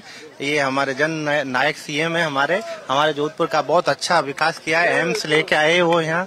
हम ये चाहते हैं बार यही आए, हमारी यही उम्मीद है, बार यही आए। विकास की बात कर रहे हैं, उनकी योजनाओं को, कुछ एक योजनाओं का जिक्र करेंगे। आप जानते हैं कौन योजना है और कौन सी योजना? चिरंजी योजना है, दवाई मेडिसिन योजना में क्या होता है? मेडिसिन वगैरह देते हैं, फिर कितने पैसे देते हैं? पैसे नहीं देते, मेडिसिन वगैरह देते हैं उसमें, जैसे 20 लाख तक का बीमा। 25 लाख अब आज ही घोषणा हुई है, 50 लाख रुपए। 25 लाख तक का बीमा देते हैं उनको, और अपने मेडिसिन में 20 लाख तक का कवर देते हैं उनको। काफी मेडिसिन है, जांच वगैरह है वो उनको फ्री दी जाती हैं। काफी बहुत अच्छी सुविधाएं हैं उनकी। जैसे आज से 2013 यानी 2003 के अंदर मेडिसिन फ्री नहीं थी, बहुत स्थिति खराब। आज 500 रुपए कमाने वाला आदमी वो इलाज कराए क्या कराए, आज वो मेडिसिन के लिए बहुत फ्री किया, बहुत अच्छी सुविधाएं दी हैं हॉस्पिटल। बहुत अच्छे ऐसे नेक काम किए उन्होंने, हम उनको सैल्यूट करते हैं। बिल्कुल बिल्कुल। तो सैल्यूट कर रहे हैं, कह रहे हैं। जरा और भी एक्चुअली है क्या दिक्कत, क्या है कि कुछ लोग योजनाओं को जानते हैं, कुछ लोग योजनाओं को नहीं जानते हैं, कुछ लोग जो सुनते आ रहे हैं उसी को आगे बढ़ाने की कोशिश करते हैं। लेकिन दोस्तों, इस कार्यक्रम को हम न सिर्फ करते हैं बल्कि इस कार्यक्रम के जरिए पॉलिटिकली एजुकेट करने का काम भी करते हैं। और पॉलिटिकली एजुकेशन बहुत जरूरी है, क्योंकि आपका एक वोट आपकी अपनी सरकार बनाता है। और यहाँ जहाँ हम हैं, यहाँ आज से 5 दिन, आज के ठीक 5वें दिन यानी कि 25 तारीख को आप सबके एक एक वोट काउंट होंगे। और इसीलिए आप वोट देने जरूर जाइए, और जाने से पहले ये जरूर सोचिए कि हमारी सरकार कैसी हो। आप पीएम को सीएम बनाना चाहते हैं या सीएम को पीएम बनाना चाहते हैं, जो भी है, मैं आपके ऊपर कटाक्ष नहीं कर रहा हूं, आप अच्छे इंसान हैं। लेकिन हाँ, इसलिए क्योंकि इमोशन में जाकर के नहीं होता है। तो बहुत लोग मिलते हैं जो क्या नाम बताया था आपने? मनीष जी जैसे बहुत लोग मिलते हैं जो इमोशनल हैं, बहुत ज्यादा इमोशनल हैं, और इमोशन में बहुत कुछ बोल देते हैं। भावुकता है, वो होनी भी चाहिए। आप भावुक होते हैं अपने कलाकारों के लिए, अपने नेताओं के लिए, आप होइए, बिल्कुल होइए। लेकिन जरा सोचिए कि वो नेता आपके लिए क्या कर रहा है। जरा आपसे समझना चाहता हूँ, आप कौन हैं, क्या करते हैं? जरा। मेरा नाम यासिम खान है, मैं एक नेशनल फुटबॉल प्लेयर हूँ, और मेरी लड़की नेशनल फुटबॉल प्लेयर, और चेहरा दिखाइए। और एक मेरी लड़की है 12 साल की, जो इरम जहाँ है, वो बॉक्सिंग मेडलिस्ट है, बॉक्सिंग के अंदर गोल्ड मेडलिस्ट है। और एक मेरी लड़की है 7 साल की, जो स्केटिंग के अंदर अभी नेशनल मेडल लेके आई है पंजाब से। और राजस्थान सरकार ने, अशोक गहलोत ने खेलों के लिए इतना अच्छा कुछ करा है। आज जहाँ मेरी लड़की जाती है वो बिल्कुल राजस्थान के अंदर फ्री ऑफ चार्ज है, उसे बोलते हैं गौशाला। आज उसके अंदर स्विमिंग वगैरह सब ये अशोक गहलोत की मेहरबानी है। कि जहाँ मैं जाता हूँ लोग कहते हैं कि हम 17-18 हजार रूपये मंथली। सरदारपुरा एरिया का है या पूरे? नहीं, कोई उधर कोई बीजेपी है ना कांग्रेस है, वो सबके लिए।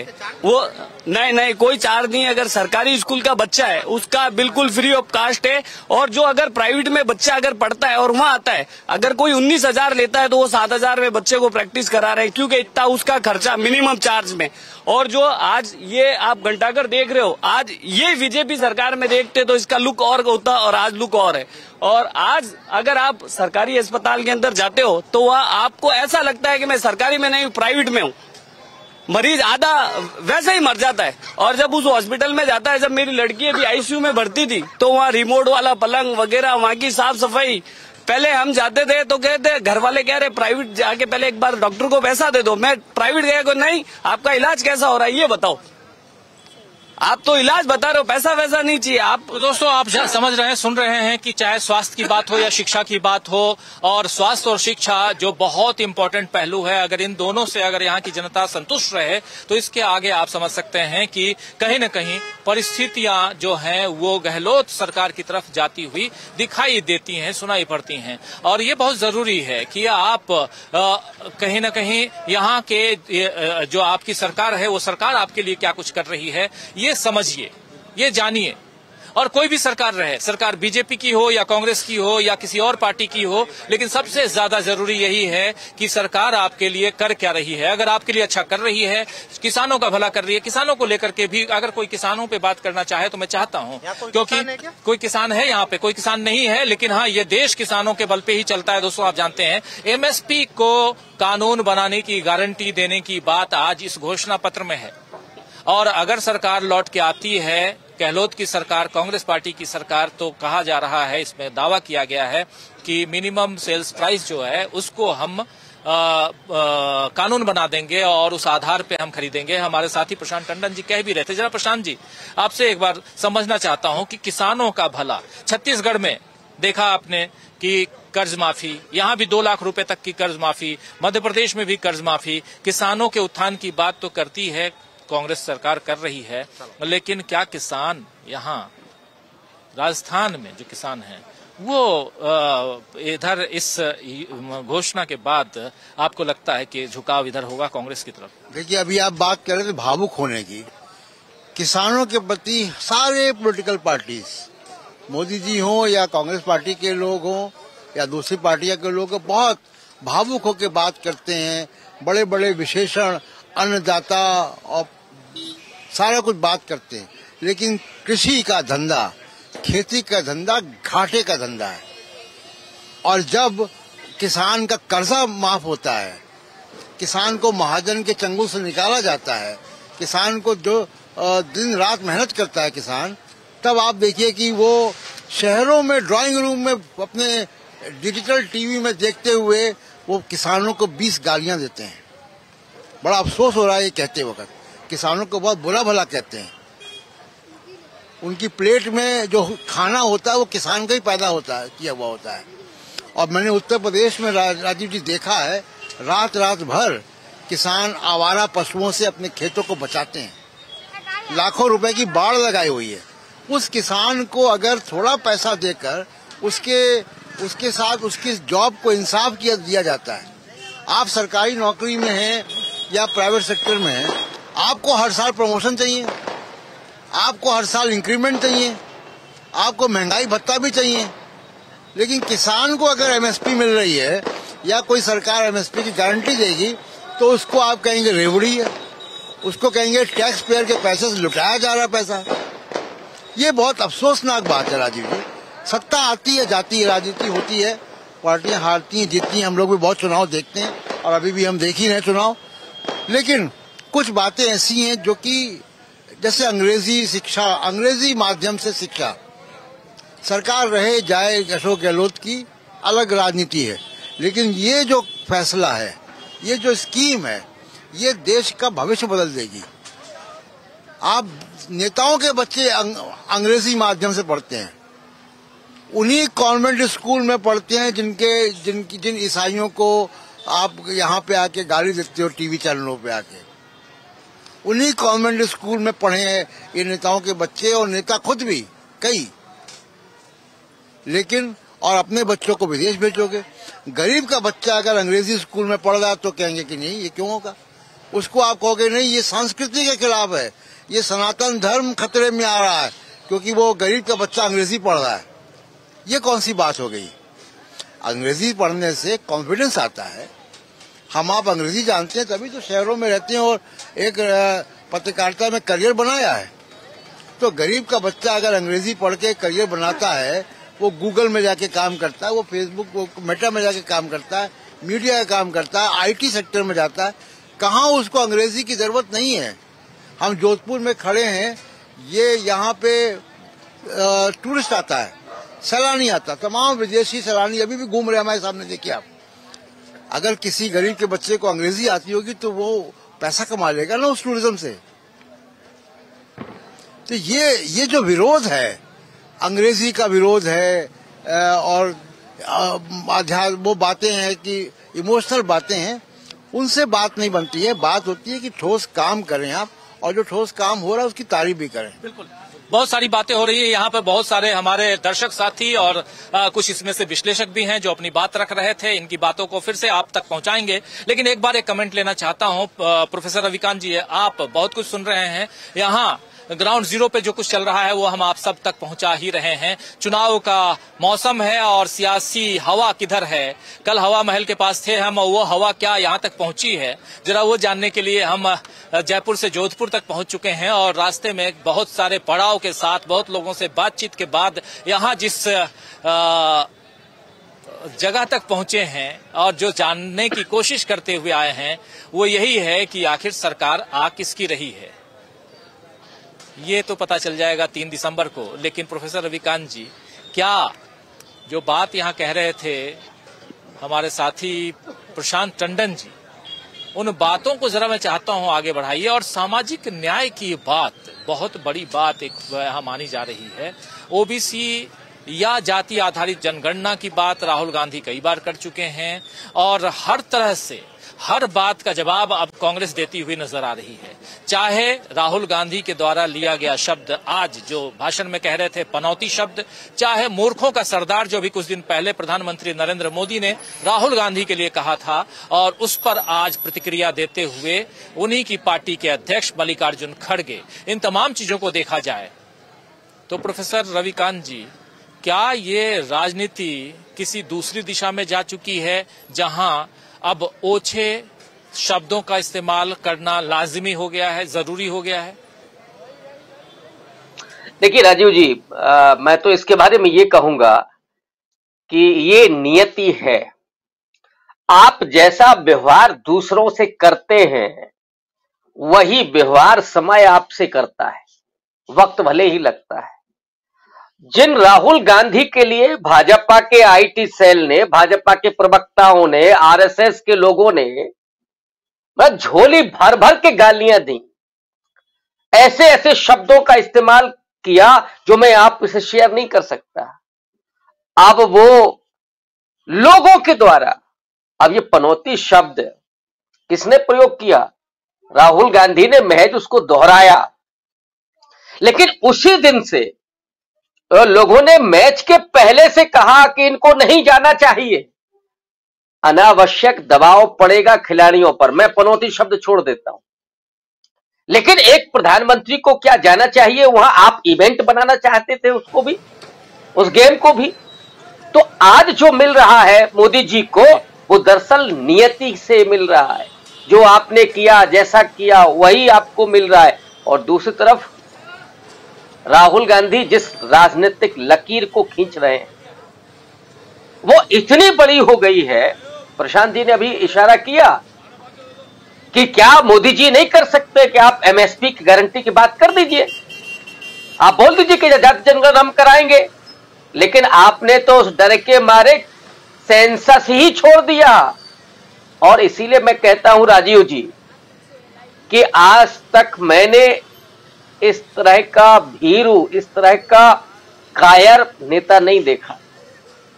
वो जो 56 इंच की छाती वाला बनाया गया था ना ब्रांड, इतना डरपोक नेता मैंने आज तक नहीं देखा।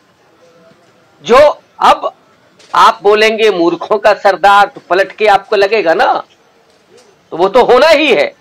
अगर आप राजनीति ऐसी करेंगे तो लोग आपको सच तो थोड़े दिनों तक दबता है, और लोग कहते हैं ना कि जीत तो सच्चाई की ही होती है, आप कब तक उससे मुंह फिराएंगे? बिल्कुल, हालात आज के यही हो गए हैं राजीव जी। और राजस्थान ये कह रहा है, आपके आसपास लोग कह रहे हैं, वो देश देख रहा है, देश कह रहा है अब देश साइलेंट नहीं है, वोकल हो रहा है। और जब देश वोकल होता है तो फिर देश के साथ गद्दारी करने वाले लोग, जनता को छलने वाले लोग, झूठ और फरेब करने वाले लोग फिर किनारे हो जाते हैं और जनता बोलती है।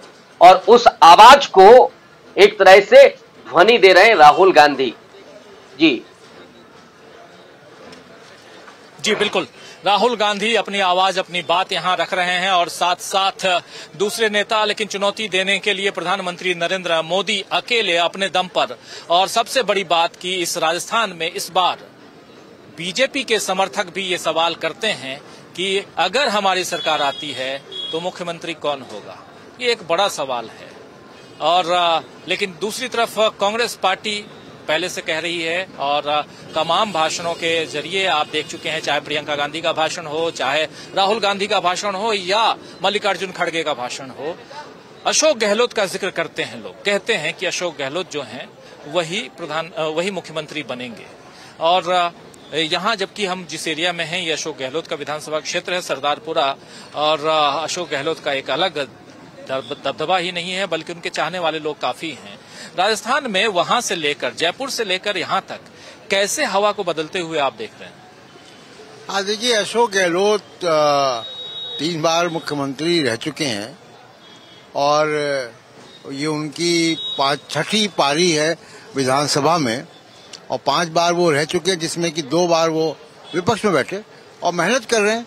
5-5, 6-6 रैलियां रोज कर रहे हैं, वो पूरे राजस्थान में कर रहे हैं। और यहाँ कितना प्रचार कर रहे हैं मुझे मालूम नहीं, स्थानीय लोग बताएंगे कि गहलोत साहब यहाँ आते हैं कल भी सभा है, कल अशोक गहलोत की सभा है यहाँ पे घंटाघर में, इसी स्थल पर सभा है। और हमारे को एक बार जो प्रधानमंत्री ने जिस टाइम एंट्री करी थी राजस्थान के अंदर, और बहुत धमाके के साथ एंट्री करी थी और 15 लाख रुपए के साथ एंट्री करी थी, और जब अमित शाह ने एक डिबेट के अंदर कहा था कि वो 15 लाख रुपए का क्या हुआ, कि वो तो एक जुमला था, तो हमारे को जुमलों वाली सरकार नहीं चाहिए, हमारे को काम वाली सरकार चाहिए। और हमारे को राजस्थान के अंदर जो काम हो रहा है हमारे को वैसा के वैसा काम चाहिए। तो अशोक गहलोत और बम्पर जीत के साथ 4 तारीख को हम सब आपसे मिलेंगे, बम्पर जीत के साथ। 3 तारीख को रिजल्ट आना है और 3 तारीख को पता चल जाएगा कि राजस्थान में किसकी सरकार बनेगी, लेकिन कह रहे हैं कि बम्पर जीत के साथ यहां पर अशोक गहलोत की सरकार बनेगी। और सबसे बड़ी बात कि जिस जगह से हम ये कार्यक्रम कर रहे हैं, इसी जगह पे, इसी घंटाघर पे कल अशोक गहलोत चुनाव प्रचार के लिए आने वाले हैं। लेकिन सवाल ये भी है कि क्या अशोक गहलोत और प्रधानमंत्री नरेंद्र मोदी, या मल्लिकार्जुन खड़गे और प्रधानमंत्री नरेंद्र मोदी, या प्रियंका गांधी और प्रधानमंत्री नरेंद्र मोदी, या राहुल गांधी और प्रधानमंत्री नरेंद्र मोदी, देखा जाए तो एक अकेला उधर नरेंद्र मोदी, और पहले ऐसे भी कहते रहे हैं एक अकेला सब पर भारी। तो क्या यहाँ राजस्थान में सब पर भारी नजर आ रहे हैं प्रधानमंत्री नरेंद्र मोदी? कोई बताएगा क्या? आ रहे हैं नजर? नहीं आ रहे, बिल्कुल नहीं आ रहे। नहीं। तो यहाँ आए हैं अभी इस चुनाव के दौरान मोदी जी? नहीं आए, वो यहाँ बरकतुल्ला स्टेडियम आता है। चुनाव के दौरान नहीं आए हैं, उससे पहले आए थे। हाँ, चुनाव से पहले अभी एक रैली उन्होंने की थी यहाँ पे रावण का चबूतरा के अंदर, बहुत ही लंबी, बहुत ही बड़ी तादाद के अंदर वहाँ पर लोग शामिल हुए थे। और मुझे लगता है कुछ परिवर्तन आ सकता है, क्योंकि राजस्थान का ट्रेंड रहा है कि एक बार बीजेपी और एक बार कांग्रेस। ये बहुत इंपॉर्टेंट बात आप कह रहे हैं कि राजस्थान का ट्रेंड रहता है, लेकिन सुनिए जरा गौर कीजिए, हमारे साथी जो हमारे साथ जुड़े हुए हैं कह रहे हैं मुझे लगता है क्योंकि ये ट्रेंड रहा है कि एक बार बीजेपी एक बार कांग्रेस, लेकिन क्या ये परिवर्तन नहीं हो सकता? ये ट्रेंड बदल नहीं सकता? ये क्यों ट्रेंड रहा है तो रहेगा? उत्तर प्रदेश में भी ट्रेंड था, नहीं रहा। उत्तराखंड में ट्रेंड था, नहीं रहा। केरल में ट्रेंड था, नहीं रहा। कई सारे राज्यों में ये ट्रेंड था, नहीं रहा। यहाँ भी तो हो सकता है। वहां पर सरकार के खिलाफ एंटी इनकम्बेंसी नहीं थी, यहाँ पर एंटी इनकम्बेंसी है। कुछ लोगों का ये मानना है कि अशोक जी ने बहुत अच्छा काम किया, पर बेसिकली यहाँ पर अगर धरातल पर अगर देखें तो काफी जगह ऐसी है कि जहाँ पर अशोक जी ने बिल्कुल भी मतलब काम नहीं किया है। मुफ्त की रेवड़ियां जरूर बांटी है लोगों को, बट मुझे नहीं लगता कि अच्छा, हाँ, अच्छी बात है मुफ्त की रेवड़ियां बांटने की बात। ये रेवड़ियां वर्ड किसने यूज किया था दोस्तों, याद है? किसने यूज किया? मोदी जी ने। मोदी जी ने। अभी क्यों फिर हर जगह? मैं तो देख रहा हूँ हम लोग तो हर राज्य में वो कर रहे हैं, कवर कर रहे हैं। अब आपके राज्य में आए हैं, इससे पहले हम छत्तीसगढ़, मध्य प्रदेश, उधर मिजोरम, तेलंगाना सब कर रहे हैं। और किसान को राजीव जी एमएसपी दिया जा रहा है, अगर किसान को खाद बीज में सहूलियत दी जा रही है वो रेवड़ी है, और कॉरपोरेट को लाखों करोड़ का, लाख करोड़ रुपए, लाख करोड़ का दे दिया गया। हवाई अड्डे कौड़ियों के भाव बांट दे दिए गए, एयरपोर्ट्स दे दिए गए कौड़ियों के भाव। वो रेवड़ी नहीं है। देखिए ये प्रचार है, और ये प्रचार, इस दलील को भी हम किनारे रख देते हैं। मैं दूसरी बात कर रहा हूँ, तो फिर आप संकल्प पत्र में क्यों कहते हैं कि नहीं जी वो दे रहे हैं 3100 रुपए तो हम देंगे 3200 रुपए? या आप क्यों कहते हैं कि कांग्रेस ने महिलाओं को 10,000 रुपए सालाना देने का वादा किया तो हम 12,000 देंगे? वो क्यों कर रही है बीजेपी? फिर ये सवाल भी तो आता है, ये जवाब देंगे आप? तो जब सामने कोई अगर कॉम्पिटिटर खड़ा होगा तो उसके लिए तो कुछ न कुछ करना पड़ेगा ना। बिना कॉम्पिटिशन के आप मैदान में उतर जाएंगे? आज सपोज करो पास में कोई दुकानदार है 10 रुपए 50 रुपए मीटर कपड़ा बेच रहा है, तो आप 55 में कैसे बेचेंगे? तो आपको 49 में बेचना पड़ेगा या 50 में बेचना पड़ेगा। तो ये डेवलपमेंट जो डेवलपमेंट हुआ है, उस डेवलपमेंट की बात कीजिए। 10 साल पहले आपने सोचा था क्या कि जोधपुर की धरती पे बुलेट ट्रेन दौड़ेगी? तो दौड़ रही है ना। ये मोदी जी का ही तो प्रचार। बुलेट ट्रेन हमारे पास आई है ना, semi bullet train. Bullet train नहीं आई क्या? Vande Bharat, Vande Bharat, Vande Bharat, Vande Bharat, Vande Bharat bullet train. अच्छा, एक मिनट सुनिए। हाँ, ठीक है। देखिए, चलिए, देखिए, बहुत शानदार बातें, डिबेट, शानदार बातें हो रही हैं। हाँ, ठीक है, बिल्कुल। देखिए, मानने की बात है, इनको वंदे भारत जो है बुलेट ट्रेन लगती है, अच्छी बात है, आपको लगती है। हम उसको वंदे भारत ही समझते हैं, वही आप तक पहुंचा रहे हैं दोस्तों जो हमारे इस कार्यक्रम को देख रहे हैं।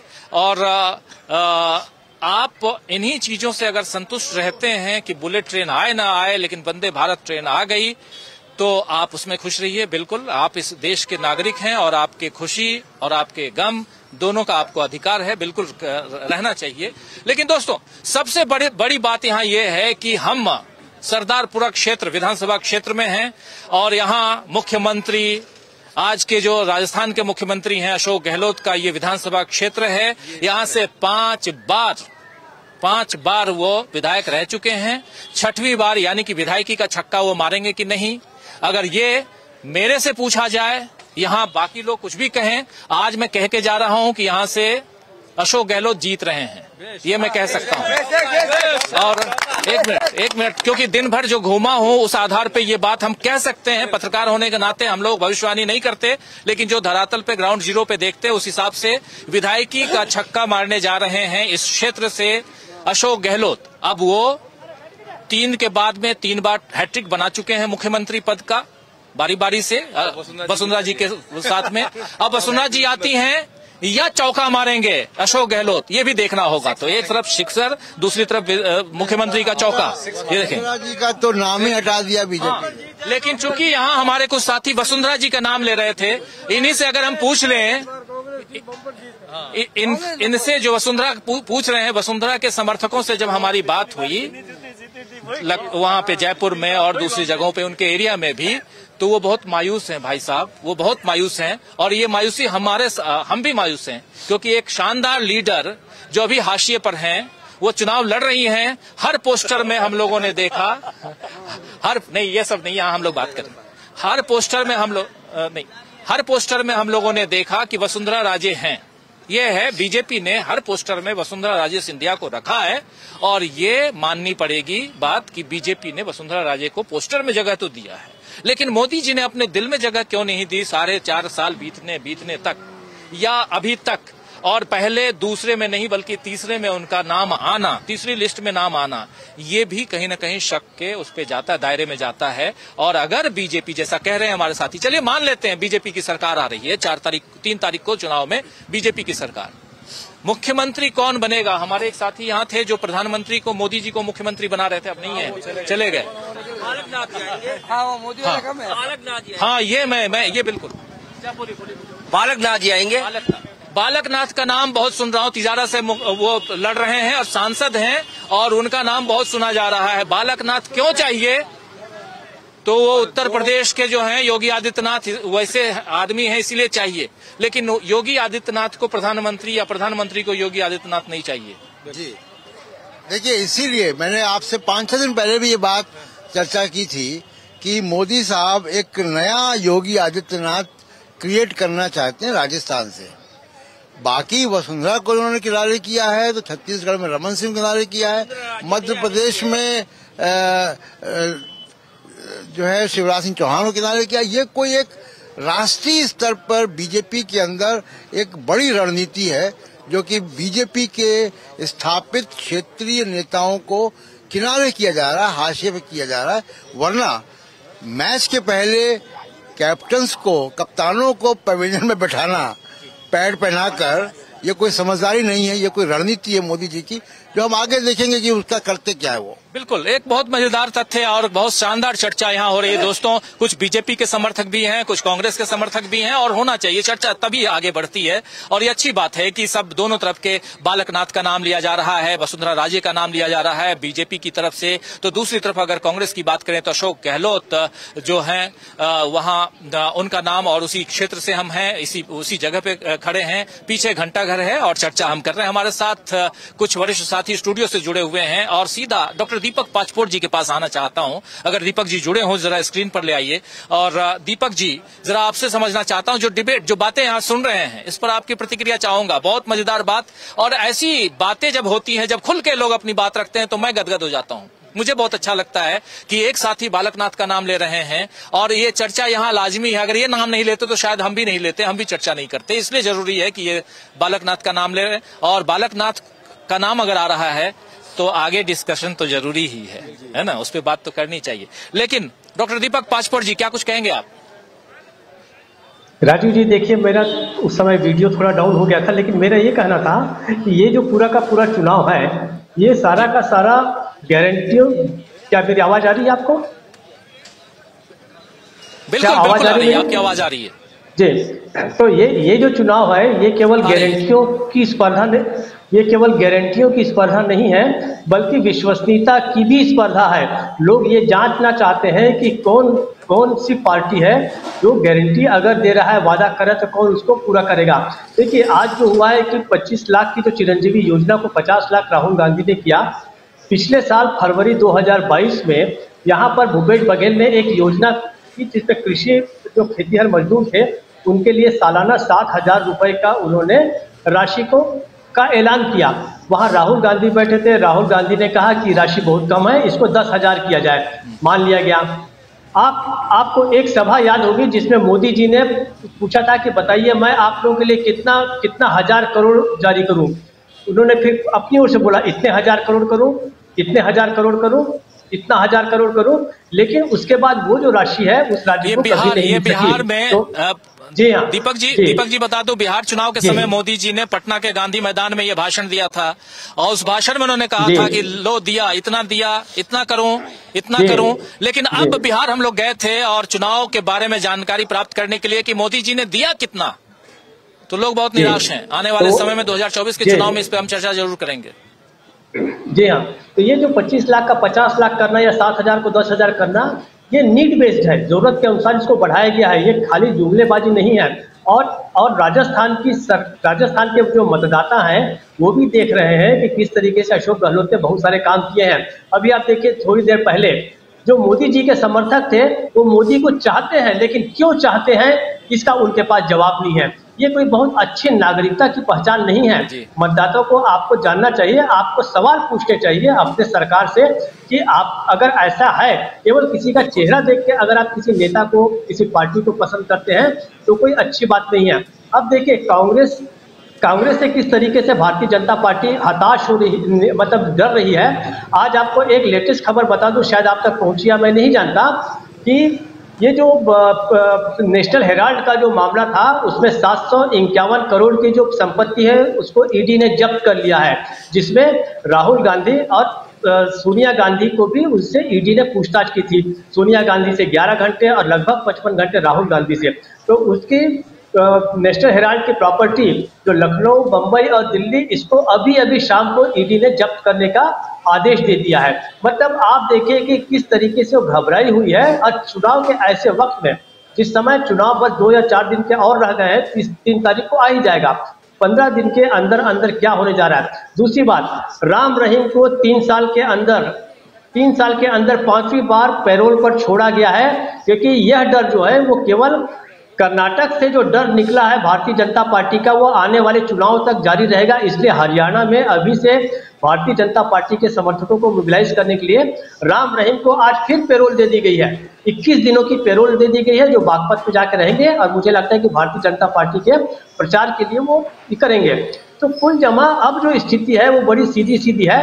और आप तो ग्राउंड पर हैं और जो साथी लोग वहां पर वो भी बता रहे हैं कि किस तरीके से जो सारा का सारा मामला है अब वो विश्वसनीयता का है। और विश्वसनीयता के मामले में किसका ट्रैक रिकॉर्ड कैसा है ये मतदाता देख रहा है।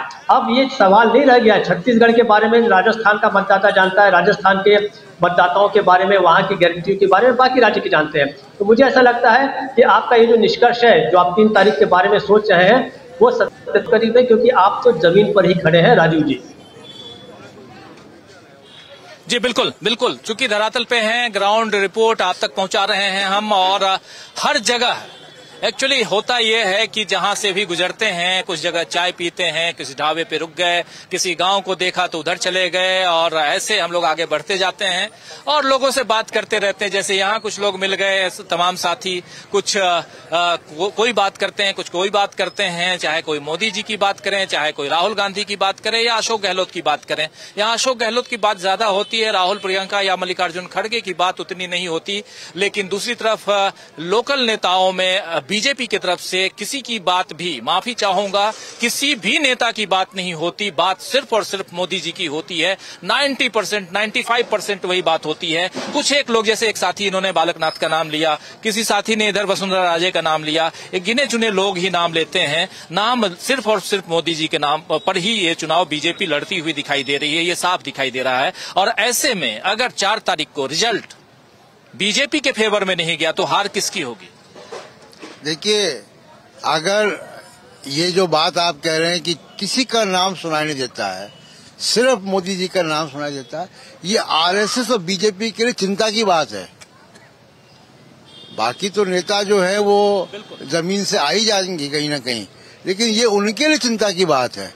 क्योंकि जब आप छत्तीसगढ़ की बात करेंगे तो वहां पे भूपेश बघेल है, रमन सिंह किनारे कर दिए गए, मल्लिकार्जुन खड़गे। किसी भी पॉलिटिकल पार्टी में आप देखिए तो एक स्पेक्ट्रम है नेताओं का, नीचे से यंग नेता भी आ रहे होते हैं।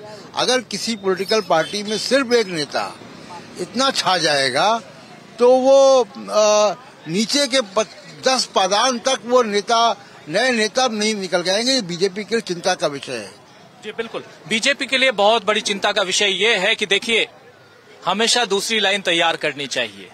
नेता अटल बिहारी वाजपेयी थे, उन्होंने पैरेलली कुछ नेताओं को तैयार किया। उनका एक साथी लाल कृष्ण आडवाणी और ऐसे जसवंत सिंह, यशवंत सिन्हा, ऐसे तमाम नेता, कई सारे नेता थे जो एक प्रमोद महाजन, सुषमा स्वराज, अरुण जेटली, तमाम नेता थे जो एक लंबी फहरिस्त थी। और छोटे मोटे नेता नहीं थे, बहुत बड़े बड़े नेता थे। ये हर जगह, एक यहां संभाल रहा है, दिल्ली संभाल रहा है, दूसरा याद है मुझे कि रमन सिंह की सरकार आई थी और अरुण जेटली वहां पहुंच गए और एक टेप कांड हुआ था अजीत जोगी वाला, जो बीजेपी की सरकार को गिराने की कोशिश हुई थी कुछ विधायकों को खरीद करके, लेकिन अरुण जेटली ने बीजेपी की सरकार को गिरने से रोक लिया था। वहां पर अटल बिहारी वाजपेयी नहीं गए थे, अरुण जेटली गए थे। लेकिन क्या अगर यहां कुछ हो जाए तो मोदी जी दौरे दौरे आएंगे?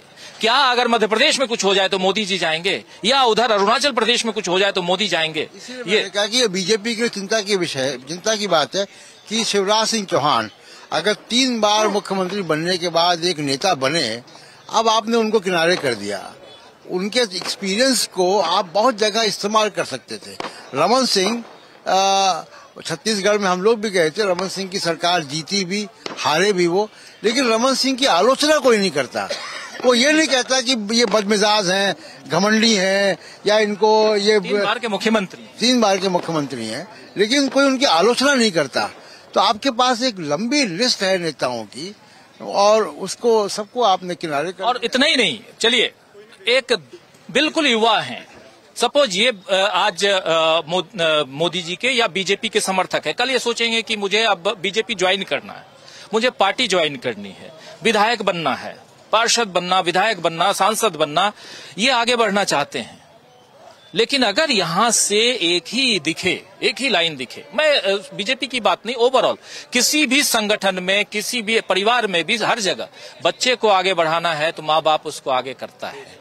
लेकिन अगर माँ बाप लगा रहे कि नहीं जी हर काम मैं ही करूंगा तो फिर परिस्थिति दूसरी हो जाती है। राजस्थान के अंदर राजेंद्र जी राठौड़ हैं, सतीश जी पूनिया है, गजेंद्र सिंह जी शेखावत है, वसुंधरा जी राजे हैं, ये सभी नेतृत्व। अगर आप ये बात करें कि वसुंधरा जी को साइडलाइन किया गया तो जोधपुर के अंदर 2 सीटों को अगर छोड़ दिया जाए तो 8 सीटों के ऊपर वसुंधरा राजे जी के समर्थक को टिकट मिली है, तो उनको साइडलाइन कहाँ किया गया? मारवाड़ के अंदर 10 सीटें हैं, राजस्थान जोधपुर के अंदर शायद 10 विधानसभा है, जैसे अगर 2 को छोड़ दें तो बाकी 8 के ऊपर, चाहे शेरगढ़ हो, चाहे समर्थकों की बात नहीं कर रहा हूँ, बात ये कर रहा हूँ, तो उनको साइडलाइन नहीं किया गया, उनकी सुनी गई है, उनकी अनुशंसा पे उनको टिकट दिया गया है।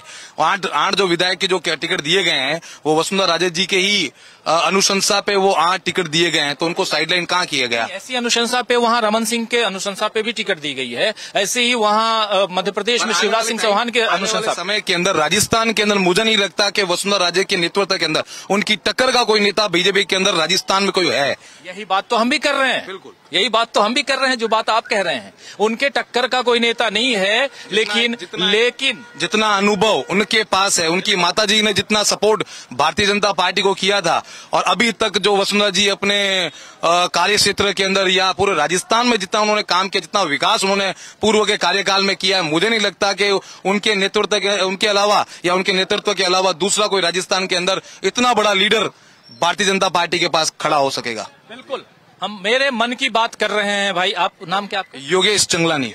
योगेश चंगलानी जी मेरे मन की बात कर रहे हैं। मैं भी यही बात कर रहा था कि वसुंधरा राजे सिंधिया को लेकिन 4.5 साल तक आप मंच पे भी जगह नहीं दे रहे हैं। आप अपने अभी आप देखिए, जब संकल्प पत्र लॉन्च हो रहा था तो उनके हाथ में भी वो नहीं थे।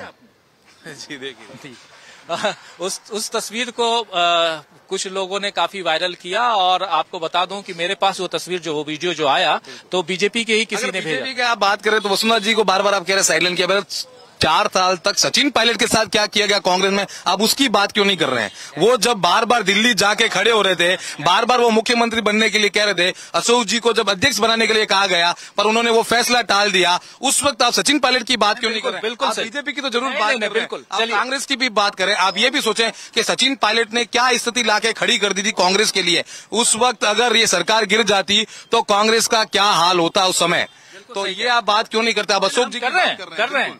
अभी चूंकि सचिन, अभी बात यहाँ पर सचिन पायलट की हो ही नहीं रही है बीजेपी में। 1 मिनट सुनिए, आपने बहुत सही कहा है और ये बात यहाँ जरूरी है, सचिन पायलट का जिक्र होना चाहिए, लेकिन सचिन पायलट का जिक्र इसलिए नहीं हो रहा है, एक मिनट अब मेरी तो बात सुन लीजिए, इसलिए नहीं हो रहा है क्योंकि सचिन पायलट से बड़ा कद वाला नेता जिसने ये देखा कि एक दगाबाजी कर रहा है, सचिन पायलट नाम का नेता जो किसी दूसरे खेमे में जाने की तैयारी कर रहा है, जाके मानेसर में बैठा हुआ है, उसको अपने मंच तक नहीं बुलाया, अपने मंच पे नहीं बैठाया, ये अशोक गहलोत थे। अब बाद में पिछले दिनों जो कुछ हुआ है उसमें तो 1 मिनट सुनिए तो भाई सुनिए, तो परिस्थितियां ये हुई कि यहाँ अशोक गहलोत की लीडरशिप में चुनाव तो कांग्रेस लड़ रही है, तो हम अशोक गहलोत का नाम ले रहे हैं, यहाँ पर सचिन पायलट, लेकिन यहाँ बीजेपी किसकी लीडरशिप में चुनाव लड़ रही है? हम तो कांग्रेस और बीजेपी की बात करेंगे ना। एक पत्रकार हाँ, वो फिर सचिन पायलट की बात करेंगे। यहाँ चुकी है और इस जगह पे ये सरदारपुरा से विधायक जो है, शहर विधानसभा शहर है, ये शहर विधानसभा है। यहाँ के जो भाजपा प्रत्याशी हैं वो अतुल जी बंसाली हैं और कांग्रेस के जो प्रत्याशी हैं वो मनीषा जी पंवार है। अगर सरदारपुरा की बात करें तो सरदारपुरा से अशोक जी गहलोत और उनके सामने बेदाग छवि के हमारे पूर्व जेडीए चेयरमैन महेंद्र सिंह जी राठौड़ चुनाव लड़ रहे हैं। मैं आपको चैलेंज करता हूं और वादा करता हूं जब चुनाव के जब ये घोषणा आएगी और जब रिजल्ट पारित होगा, हो सकता है अशोक जी जीत जाए पर अशोक जी को छींके आएंगी इस बार जीतने के लिए। जिस तरह शंभू सिंह जी खेतासर के सामने उनको छींके आई थी और मात्र 18,000 मतों से वो प्रथम बार उस इलेक्शन को जीत पाए थे शंभू सिंह जी खेतासर के सामने। पर अभी मुझे मैं आपको चैलेंज करता हूं, ये जो जीत का आंकड़ा है शायद मेरे हिसाब से 10,000 के अंदर की तरफ ही जाएगा अशोक जी के सामने। कार्यकर्ता नहीं है सर, फॉलोअर हैं, हर किसी का फॉलो करते हैं, हर किसी अच्छी बात, युवा हैं, हर चीज को देखते हैं, समझते हैं और उसी के बारे में बात करते हैं सर। बहुत अच्छी बात है, हम तो चाहते हैं, इसलिए इस कार्यक्रम के जरिए हम एजुकेट भी करते हैं कि कम से कम पॉलिटिकली आप एम्पावर्ड होइए ताकि अपनी सरकार चुनिए। और अशोक गहलोत जीतेंगे कि हारेंगे 3 तारीख को पता चलेगा। और मैं तो पहले घोषणा कर चुका हूं, एक घोषणा ये भी कर रहे हैं, चलिए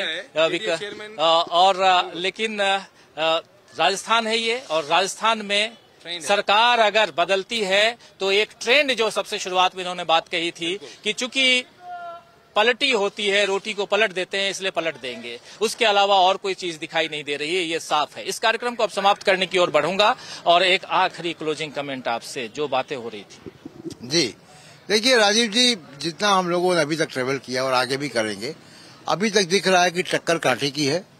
यहाँ जरूर हम एक कांग्रेस के गढ़ में खड़े हैं और वो कांग्रेस के गढ़ की वजह से हमको कांग्रेस की आवाजें ज्यादा सुनाई दे रही हैं, इनके जैसे लोग भी हैं यहाँ पे।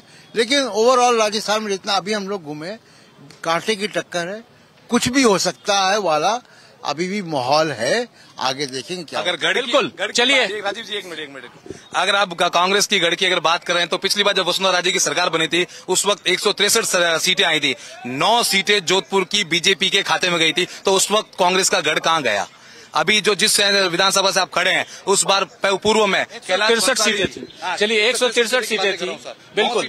जब आंधी आती है ना, ये 25 सीटें सुनिए, 25 सीटें हैं, 25 की 25 सीटें जो हैं वो बीजेपी के पास है। तो ये चर्चा हम करते रहेंगे और इस डिबेट का कोई अंत नहीं है, लेकिन इस चर्चा को यहाँ समाप्त करना जरूरी है दोस्तों। और सबसे बड़ी बात यहाँ कि बीजेपी के हार्ड कोर समर्थक हमारे साथ जुड़े हुए हैं और कुछ साथी जो हैं कांग्रेस के भी समर्थक हैं, और बहुत अच्छी चर्चा हो रही थी जिसमें कौन बाजी मारेगा ये तो 3 तारीख को पता चलेगा। लेकिन उससे पहले आप लोगों से गुजारिश है जो यहाँ हैं, जाके जरूर बटन दबा के आइएगा, जिसको जहां बटन दबाना हो वो वहां दबाइए, अपनी सरकार चुनिए, लेकिन जाइए जरूर, क्योंकि शहर के लोग जो है ना आराम तलबी होते हैं, अरे छुट्टी का दिन है निकल लेते हैं बाहर घूमने के लिए। आपको जोधपुर में मिठाई खाने आना है, कांग्रेस पार्टी धन धन धन। चलिए तो इस कार्यक्रम को अब समाप्त करने की इस कार्यक्रम को दोस्तों अब यहीं समाप्त करने की इजाजत चाहता हूं। बहुत बहुत शुक्रिया अदा करता हूं प्रशांत टंडन जी आपका और तमाम हमारे साथी जो जुड़े रहे इस कार्यक्रम में, आप सबका भी। और हमारे साथ कुछ स्क्रीन पे ले आइए जरा हमारे तमाम साथियों को जो हमारे साथ जुड़े हुए थे। कुछ एक साथी जुड़े हुए हैं अभी भी, उन सबका भी। डॉक्टर दीपक पाचपोर जी हमारे साथ थे, प्रोफेसर डॉक्टर दीपक पाचपोर जी हैं, अमलेंदु जी हमारे साथ जुड़े हुए हैं, हमारे साथ इधर प्रशांत